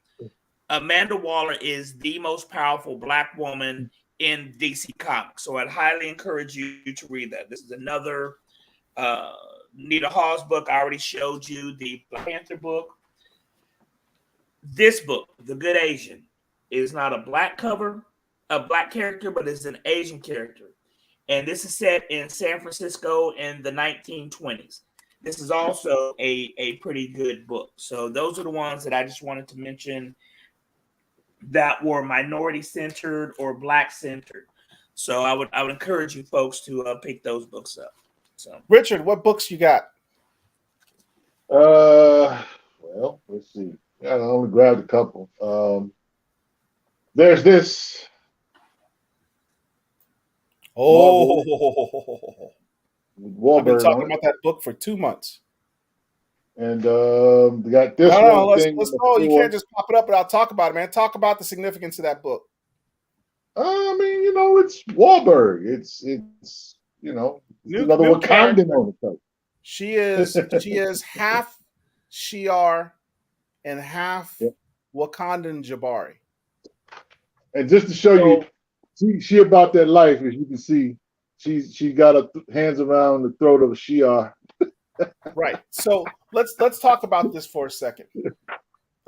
This brings up a point. I know I'm going to let you get back to your books, but let me talk about the significance of what just happened. So in the same week, we had the Black Panther #3 that we talked about, and that Marvel's #8. Right. We have the introduction of a new Wakandan hero, Tosin Aduye, in Black Panther. We have a new, what has now been revealed, because her actual first appearance was actually cameo, was in the first issue, full appearance in the third issue of Marvel's. But it has now been revealed in this 8th issue that she is half Wakandan herself. So that's 2 Wakandan heroes in the span of 1 week. We also brought to the forefront the fact that the X-Men Gentle is loyal to T'Challa. He considers himself still Wakandan, despite the fact that he kind of got, pissed on by the rest of the Wakandan people. He's still loyal to T'Challa. He's a Wakandan mutant. He is a Wakandan mutant. He's half Russian, but he's Wakandan. So those are 3 Wakandan characters in 1 week, right? And then in the same 3rd issue, you have this other Wakandan character that was introduced in Black Panther #1, Amalola, the woman, who is traveling with T'Challa, one of his agents. That's 4 Wakandan characters. Where am I going with this? Why hasn't there been a Wakandan super team? Good question. Anyone? Good question. Good question. The closest we had was Black Panther Agents of Wakanda. Okoye was on the team. No other Wakandans. Yeah. Right? Storm is in this book too, just for your info. Yeah. So, look, there's never been a Wakandan super team. In the span of 1 week, we've seen all the characters that could make a Wakandan super team. Listen, we can barely get Black Panther off the shelves, as Richard was saying. So I think it's kind of ambitious at this point to think that a super team of Black folks. But we have to have it recognized that it's even possible now. That we couldn't even have this debate as to why there's no Wakandan super team, because the characters have never been revealed. True. We now have revealed in the span of 1 week 4 characters. Technically, that has been tried. And what I mean by technically, I'm talking about the Agents of Wakanda, and they canceled it after 8 issues. So there's that. There weren't Wakandan superheroes. There was Black Widow, Gorilla Man, difference. Kazar, how do you pronounce his name? None of these people were Wakandan. I get what you're saying, but I mean, and at some point they may actually do that. But then the question then becomes, okay, do you get T'Challa to lead it? Because we've seen this show, and what I'm getting at is that it will be interesting to see what Ryan Coogler does with these Wakanda themed shows that are going to be coming on Disney. Yeah. You know, so hopefully we may get something like that. I don't know, but we'll see. Richard, are you going to go Here's see the book. Richard, are you going to go see Black Panther 2? Of course, absolutely, absolutely. What else You you got? spend your money on it? Yeah, absolutely. I am. This is the thing about Walter Mosley. This is a fun read. I recommend it because one, it's Walter Mosley. Yeah. Walter Mosley the Blue Dress he's series, made this a very, very, or very, the very Easy fun Rollins, book. It's got black characters in it, particularly a young boy who kind of helps the thing, you know, do his thing, so to speak. And you know, but I just think it's a fun book. If you want a fun book to read, you know, it gets no bigger than the thing. Man. Is it a one shot or what is it? No, it's a series. No, this is a series. Actually, so Walter Mosley's writing the whole series. Yes. Yes. It's very well written, Mark. I highly suggest you pick those up. Go and I'm not even a Think fan, but I'm buying this series because it's so well written by Walter Mosley. It's a fun read. It's not something that you're gonna you know wow over or whatever, but you definitely will enjoy it thoroughly. It's well written for real. And for Walter Mosley not to even be quote unquote a comic book writer, but he's a legend. You know what I'm saying? He does all the Easy Rollins stuff, and so. You know, Devil in the Blue Dress, we all know that. Denzel Washington played the character. We should have had a whole series of those Easy Rollins movies. Oh, look, HBO Max need to make those Easy Rollins books into a television series. I mean, there's plenty of that. You know, somebody emailed Denzel because he probably could help make that happen. But yeah, I agree. I'm gonna tell you, the best part of that movie was Don Cheadle as Mouse. Yep. If you didn't want me to kill him, you should give me a gun. Or whatever he said. I just love the guy because the guy was from Galveston, Texas. And so that's, you know, he goes out to California from Galveston, and then I'm like, wow. Yeah, that was you know, Don Cheadle. I like him as War Machine, but definitely I could actually see him playing Mouse in multiple movies. Listen, let me tell you something. He should have got an Oscar nomination for that. Did you enjoy him in? I don't know if did you ever see Hotel Rwanda? Come on, bro. Yes. Yeah. I only saw it. Let me say this. I only saw it once because it was too emotionally draining and damaging to me. He was phenomenal in that. He was phenomenal in Rosewood. Don Cheadle is an underrated actor. He's a great actor. My first exposure to him was as I think his character's name was Rocket in Colors that came out in 1988. He was the main bad guy, so to speak, in a gang movie called Colors. If you have not seen it, I would highly encourage you to do so. This movie predates Boys in the Hood. And so theme song by Ice-T. Right. And when, you know, when gangster rap started coming to the forefront in the mid to late 80s, Colors was one of those movies that was brought to Hollywood. Stars, oh my God, what's my man's name? Sean Penn. Sean Penn and the dude who played the consigliere. Robert Duvall. Robert Duvall and Sean Penn were two LA cops who were trying to fight gangs. Don Cheadle was a member of and Leon was in it as a member of the gang as well. If you have not seen Colors, you need to see Colors. As an aside, you can tell you're getting old when on social media somebody posts a screenshot or something from New Jack City and people in the comments are saying, "What movie is that?" That hurt my heart when I saw that. I'm like, you don't know what New Jack City is? I realized, and you look at the person's profile and you see that they were born, you know, during Obama's administration. I'm like, oh, okay, there might be a reason for that reason why you don't know what that movie is. But again, you need to watch. You need to watch. If you don't know who Nino Brown is, you just I don't know. You've been hiding under a rock. I mean, you know, again, I think that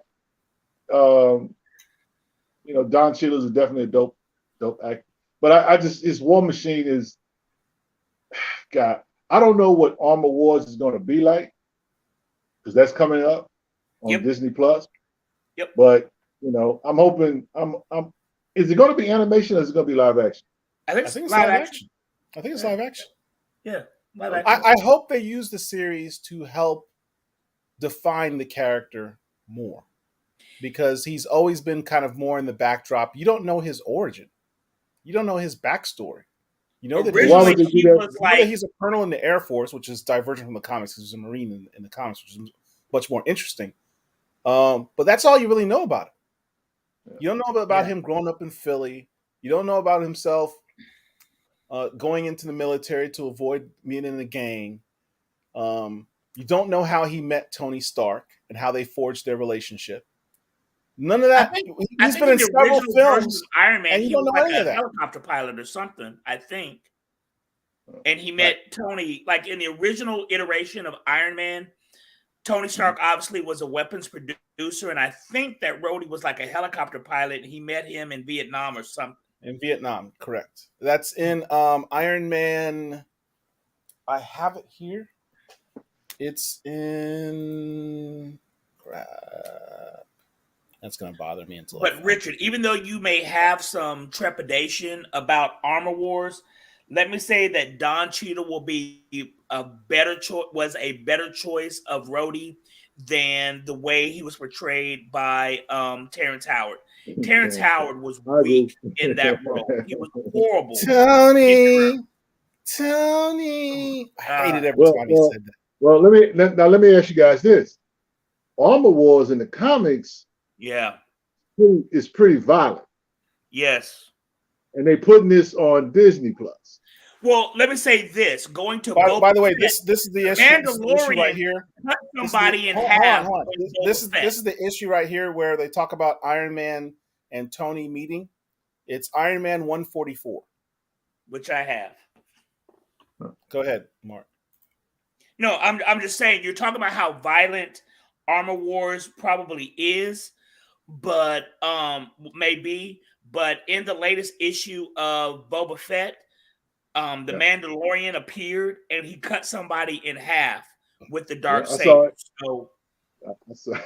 Man, that was a good series. That was a You good know issue.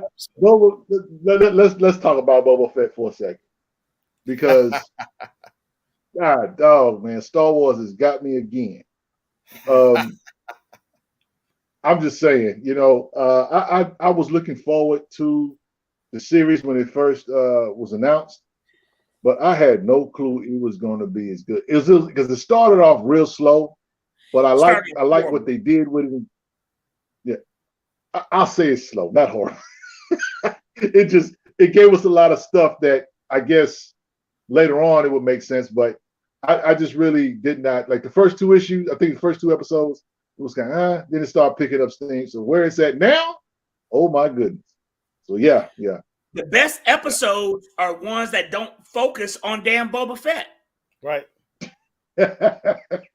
He's like way too chatty. One of the things about Boba Fett, since we're on this subject, one of the things that made Boba Fett in the original trilogy so cool is that he was a man of mystery. We didn't know what he looked like. He said very few words, and he was just cool. He was aloof. He was a mystery. This series has demystified him, and as a fan of the original Star Wars movies, I have not been a fan of this series as a whole because of the fact that he's a normal guy. You know what I'm saying? And that was not Boba Fett in the original trilogy. He was not a normal guy. He was this badass bounty hunter, and the episode where he's sitting up here trying to teach these people how to ride a cycle, and he's sitting up here smiling with these big ass chompers in his mouth. I'm just like, yeah, I'm done. I'm done. And I stopped watching like 2 episodes, but somebody told me the last episode was good, and this episode of this week was really good. You haven't watched it yet? Okay, you didn't listen to bro. The last 2 episodes, if you're a Star Wars fan, last 2 episodes I've watched. These last 2 episodes were great. Yes. But I watched episodes 1 through 3. I missed like 1 or 2, and then the last 2 episodes 5 and 6. watched. 5 and 6 are the ones you need to watch. I've watched 5 and 6. I watched 1 and 2. I didn't watch 4, but 5 and 6 are great. And those are the episodes where he has not been the focus. Yeah. Well, you know what I like about it is that he's actually, what they're doing. I'm not sure how many episodes it's going to be. The way it looks is like it's going to be 7 or 8, but he's basically assembling his all-star squad. I was listening to a podcast and somebody said he was assembling the '96 Bulls, and I mean, you think about it. He gets Chrysanthemum, the Black Wookiee. He's got the Mandalorian on, and of course he's already had the Fennec already. So he's getting ready to go to war, and he's got everything he needs. So I'm looking forward to these last few episodes, man. I gotta say, I definitely enjoyed the both that. Can't wait for Mandalorian the next season. Oh my God, the next episode. Look, at this point, Boba Fett is Mandalorian season 2.5.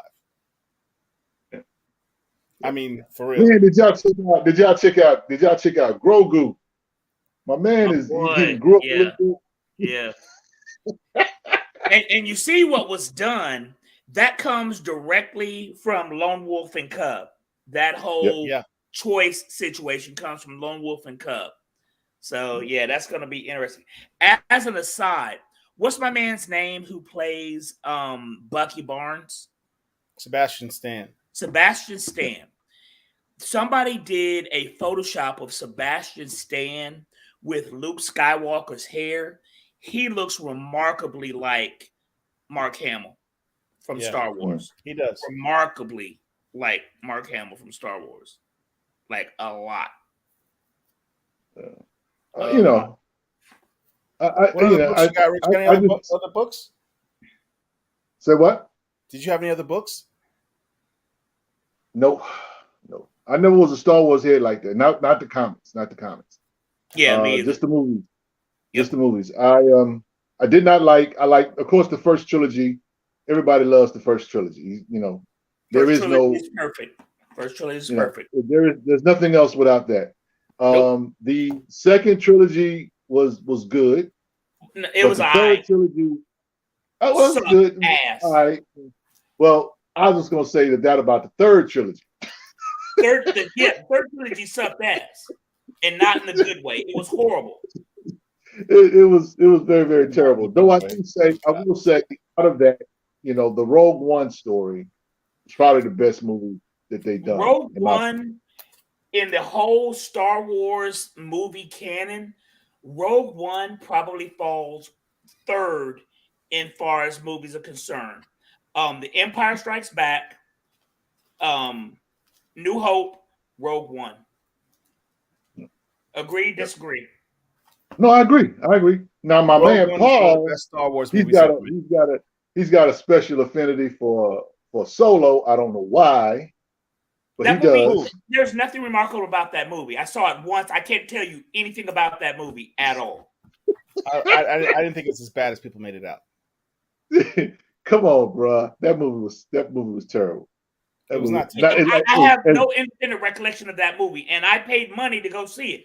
I can't tell you the first thing about it other than the fact that Woody Harrelson. My boy Childish Gambino was the star of the movie. Too funny.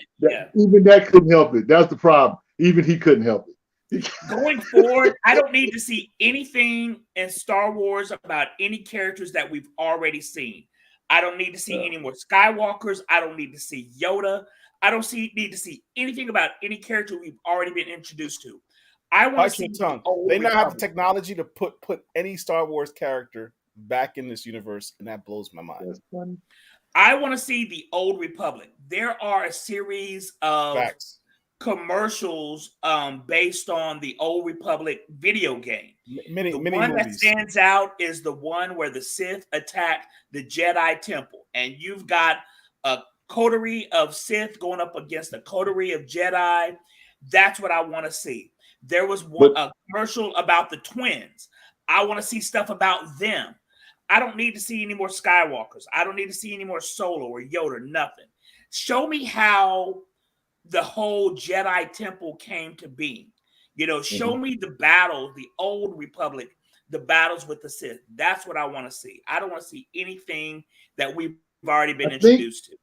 but I think the problem with that is though, Mark. I think that the Old Republic. I think they've officially not made that canon.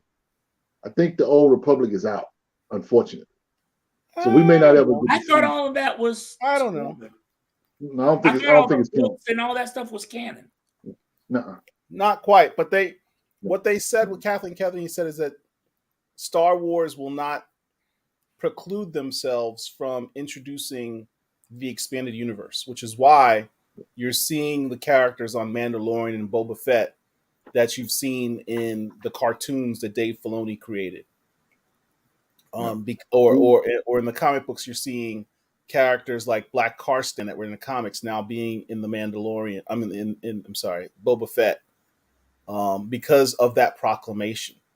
It's a pretty huge proclamation. I've only Vader, read. I have some comics. I have some comics that I could share with you guys. Yeah. Okay. This first one is issue 38 of Fantastic Four. This is what Mark actually told me about. This is a first appearance of a black judge. Yep. What was her name? Who's Judge got Payne. powers. Judge Payne, who has superpowers. So she runs a superpowered court, a court that deals with people with superpowers. Her name is Judge Payne, and she has superpowers herself. That's her first As a appearance. lawyer, though, that issue was horrible, and I sent a tweet to who wrote that issue.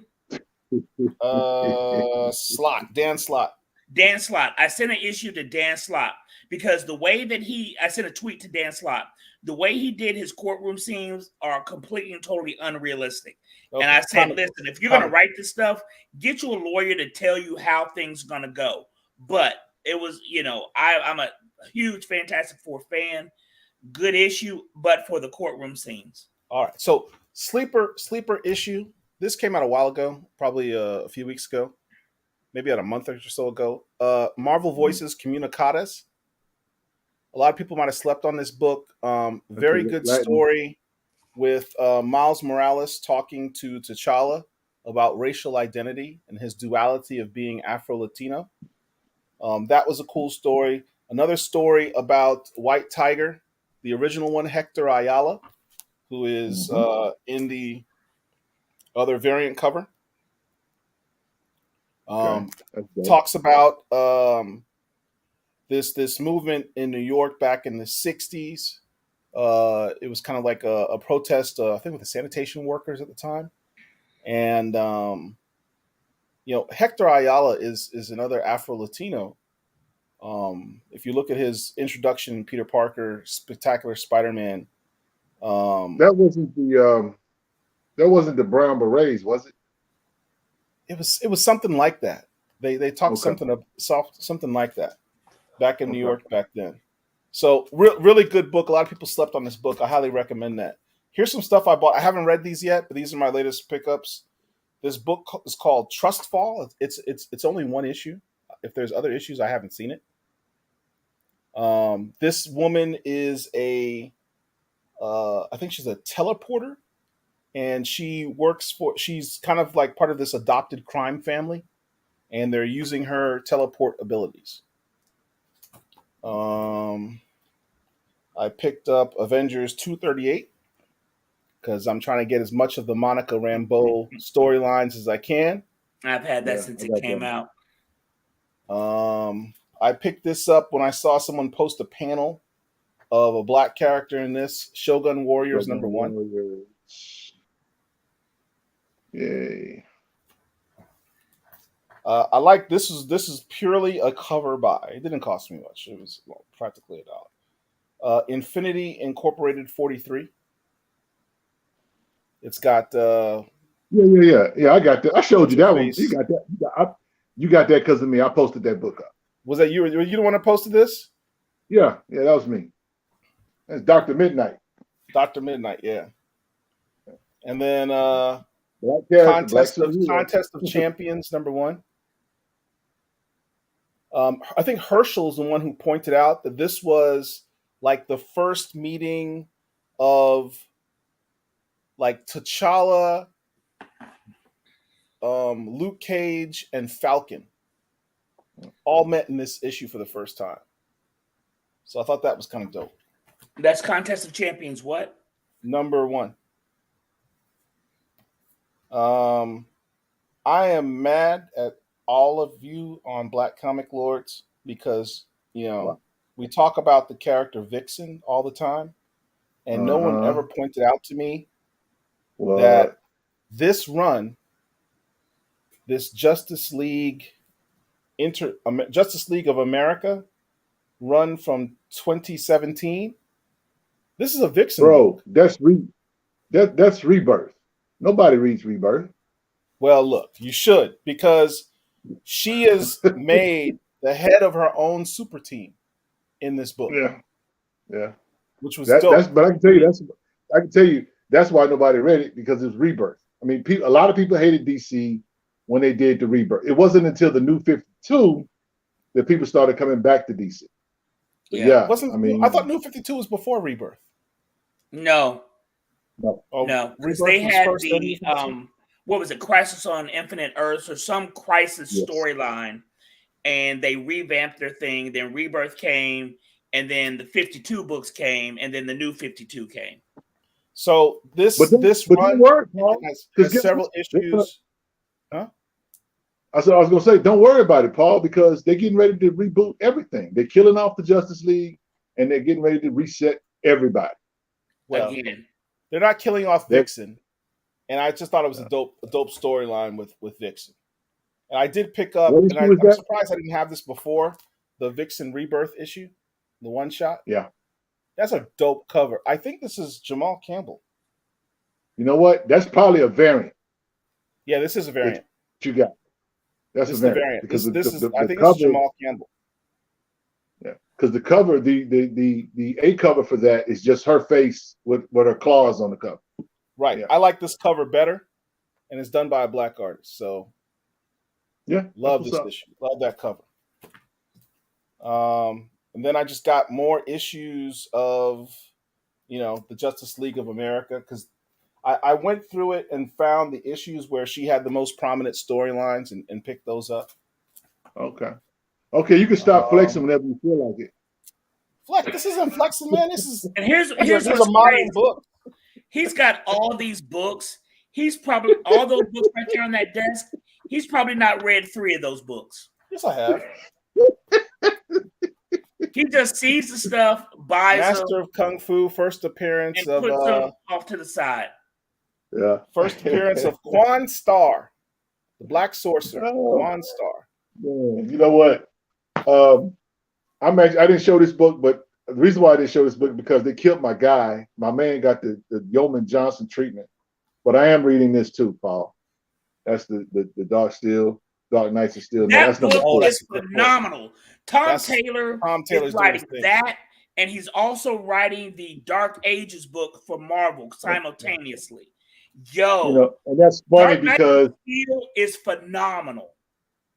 You know, Mark, we were talking about how he did Black Lightning in the last issue, and then of course he does the same thing in Dark Ages as well. And it's funny because everybody picked up that Dark Ages book. This show you how fickle we are, Paul.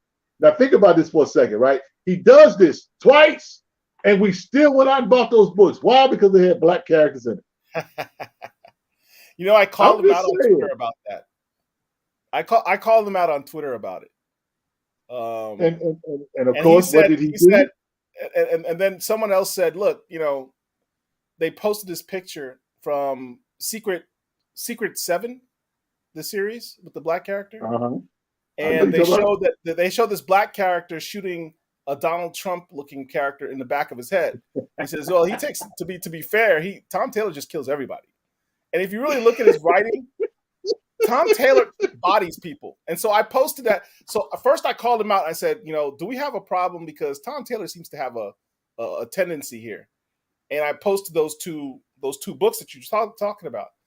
And then that person responded, and I posted that Secret 7, whatever it's called, book panel where they're shooting Donald Trump in the back of the head. I said, to be fair, Tom Taylor just bodies people, and he just laughed, and he actually liked the post. Yeah. Now before we move on, conversation with him. Go ahead, Richard. Derek asked a question. He says, Mitch, did you read 20 Degrees Past Rigor #1? I did, and it is pretty good. And I have this love-hate relationship with Rodney Barnes because the dude is so freaking good. And he's got another book on Substack that is going to basically make me go in my pocket to buy these books. He's got 2 other books. He's got Elysium Garden. He's got Sheriff Gatlin. He's got 20 Past Rigor all on his Substack, along with the Nita Hawes book, along with the Philadelphia stuff, along with the Army of Darkness stuff. He's getting ready to do, he's doing James Bond as well. And we just found out today that he's doing a book with Snoop Dogg.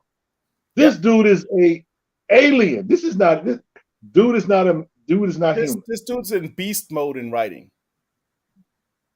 You know, he really is. He does not. And bro, I'd read issue #4. He asked about H&H. Asked him was the next show. I'm not sure. Me and Derek are going to have to get together about that so we can talk about it.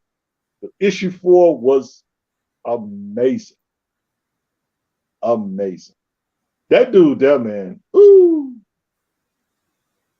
And he's getting ready. Mark, check this out also. Rodney Barnes is getting ready to do a Mandalorian comic book. Really? He told us we hadn't put out the interview yet, but I'll let that go. I'm sorry. Well, giving away all the cookies, he knows man. But yeah, Rodney Barnes is doing a Mandalorian book. We can put that out there. We do know that he's doing a Mandalorian comic book. So yeah, that guy's there. That's like the James Brown of the comic book industry. That dude there is doing it. That's a Black Comic Lord exclusive for y'all that are watching, by the way. Rodney Barnes is doing a Mandalorian. But yeah, man, I haven't got a chance. He's pitched it, and they're going to make a decision on the story. Let's just put it that way. So here's I haven't had a chance to read it yet. But yeah, I'm looking forward to reading it, even though they bodied my man in the last issue. So we talked about Jonathan Hickman's revamp of the whole X-Men line. Quite a few Black characters were created in this new Jonathan Hickman X-Men verse that no one talks about. This is I believe this is Cora the Unbeaten. Is this Cora the Unbeaten? There's so many weird names now, but I think this is Cora the Unbeaten. She's on this cover. That's the problem. That's the problem with X titles. When is Sword ending? When is Sword ending? It's ending soon. It's ending in the next issue or 2. The chick who's in charge of Sword, when was she introduced in the comics? What's her first appearance? Storm, Giant Size X-Men #1. No. Wait. No, she was before that. No, you're thinking about Abigail Brand. Yes. When was she first introduced? She was introduced during the John Cassidy, John Whedon period of X-Men, if I'm not mistaken. I picked up some stuff you appreciate, Rich. I picked up some Green Lanterns where that had to deal with his relationship. What's the name of the purple girl that he was married to? Purple girl. The alien. This alien right here. Okay. Oh, remember okay. Her name? Okay. No, I don't. It escapes me right now. So anyway, I picked up some issues that had their relationship. I really enjoyed, and it's kind of a guilty pleasure. These Conan the Barbarian stories, where he was on what's called the Black Coast. Yeah. There's a whole story. Conan as a brand, pretty dope, man. Conan is just like Bashinga from Black Panther. Conan from Savage Avengers is that dude. I really like Conan. And I may, like Paul, go back and pick up some old Conan books. Because I like the whole sword and sorcery type thing. Yeah. When you do it, I recommend you get this storyline. He has this whole storyline where he's traveling the Black Coast and he's doing nothing but running into Black characters. He runs across this Black vampire. I forget his name, but he's like one of the oldest vampires. I was going to say he's like the oldest vampire living. Right. He's an ancient one. If you want, Mark, I'll tell you the issue numbers. I highly recommend it. It's a dope storyline. Yeah. Also, too, with Conan, Conan was put out by, of course, Marvel is the original publisher, but Dark Horse has a run of Conan books too that are pretty good as well, for his Conan stuff. So, because I got all of that, I got the Conan from the original Conan from Marvel, the big books, and then I got the Conan from Dark Horse. Yeah, there were some that were regular size and then some that were bigger. Yeah, I've got some Conan in my collection, but not a whole bunch. Yeah, I picked this up. I already had this issue, but I didn't have this variant cover of Kick-Ass #1. Yep, the Black Kick-Ass. Now I do have those issues, but I don't have that. I don't have that variant. This cover is that's a pretty good little run right there too. Yeah, yeah. Mark, I got this issue with Black Panther, Over the Edge and Under a Buck. I don't remember why I bought this, but I think it was some type of thing in a storyline. There's Black Panther in the corner. Yeah, gotcha. Daredevil. Look, man. Daredevil and Black Panther. Ain't nothing wrong with a little Hell's Kitchen. They've got some history because I was reading might have been an old Daredevil book, and there were some times when Daredevil and Black Panther hooked up. And we all know their first meeting was in Daredevil #52. It's interesting. I don't know if I have that, but Black Panther was introduced in Fantastic Four 52. He was introduced in the Avengers in Avengers 52. He first met Daredevil in Daredevil 52. It's like a running joke at Marvel. Oh wow! That's cool. Little black comic trivia for you guys. Useless facts. Oh, but to answer the question that I posed a second ago, Abigail Brand was introduced in Astonishing X-Men Volume 3, Number 3 from 2004. By Josh Whedon and Joshua Cassidy. John Cassidy. I'm trying to... I really slept on the Power Man and Iron Fist series by David Walker and Sanford Green. Yep. So I'm trying to get those. For those who don't know, David Walker and Sanford Green created Bitterroot, which is a phenomenal series. I don't know how I didn't get this series when it first came out. I didn't like the art. I mean, because that's not the Luke Cage that I grew up on. I used to collect Power Man and Iron Fist from back in the day. And so when I saw that art, I love this art. I don't like that art for those. I disagree with you. This is the same artist that's on Bitterroot. I understand that, but you didn't understand what I said. I said I didn't like that art for those characters. That is not the Luke Cage that I'm accustomed to. The Luke Cage that is in the Avengers, that's fine, but I did not like how he was drawn in that version. So the covers in this book are just brilliant. I love this. Yeah, I wasn't a fan for those characters. Check out Black Mariah, the revamped Black Mariah. Yeah, that's crazy. Yeah. Anyway, here's that Daredevil book. One of my favorite Daredevil Black Panther books. That's the one, 245. Yeah, 245. Hold that up. Oh, that's yeah. What issue is that? That's the Wakandan villain. What issue is that? 245. 245. Yeah, real good issue. And T'Challa's being a savage, as always. I mean, it's a real good issue. What I do like about their relationship, Black Panther and Daredevil, is Daredevil is, I guess, almost a consciousness for T'Challa and how you do certain things, whatever. But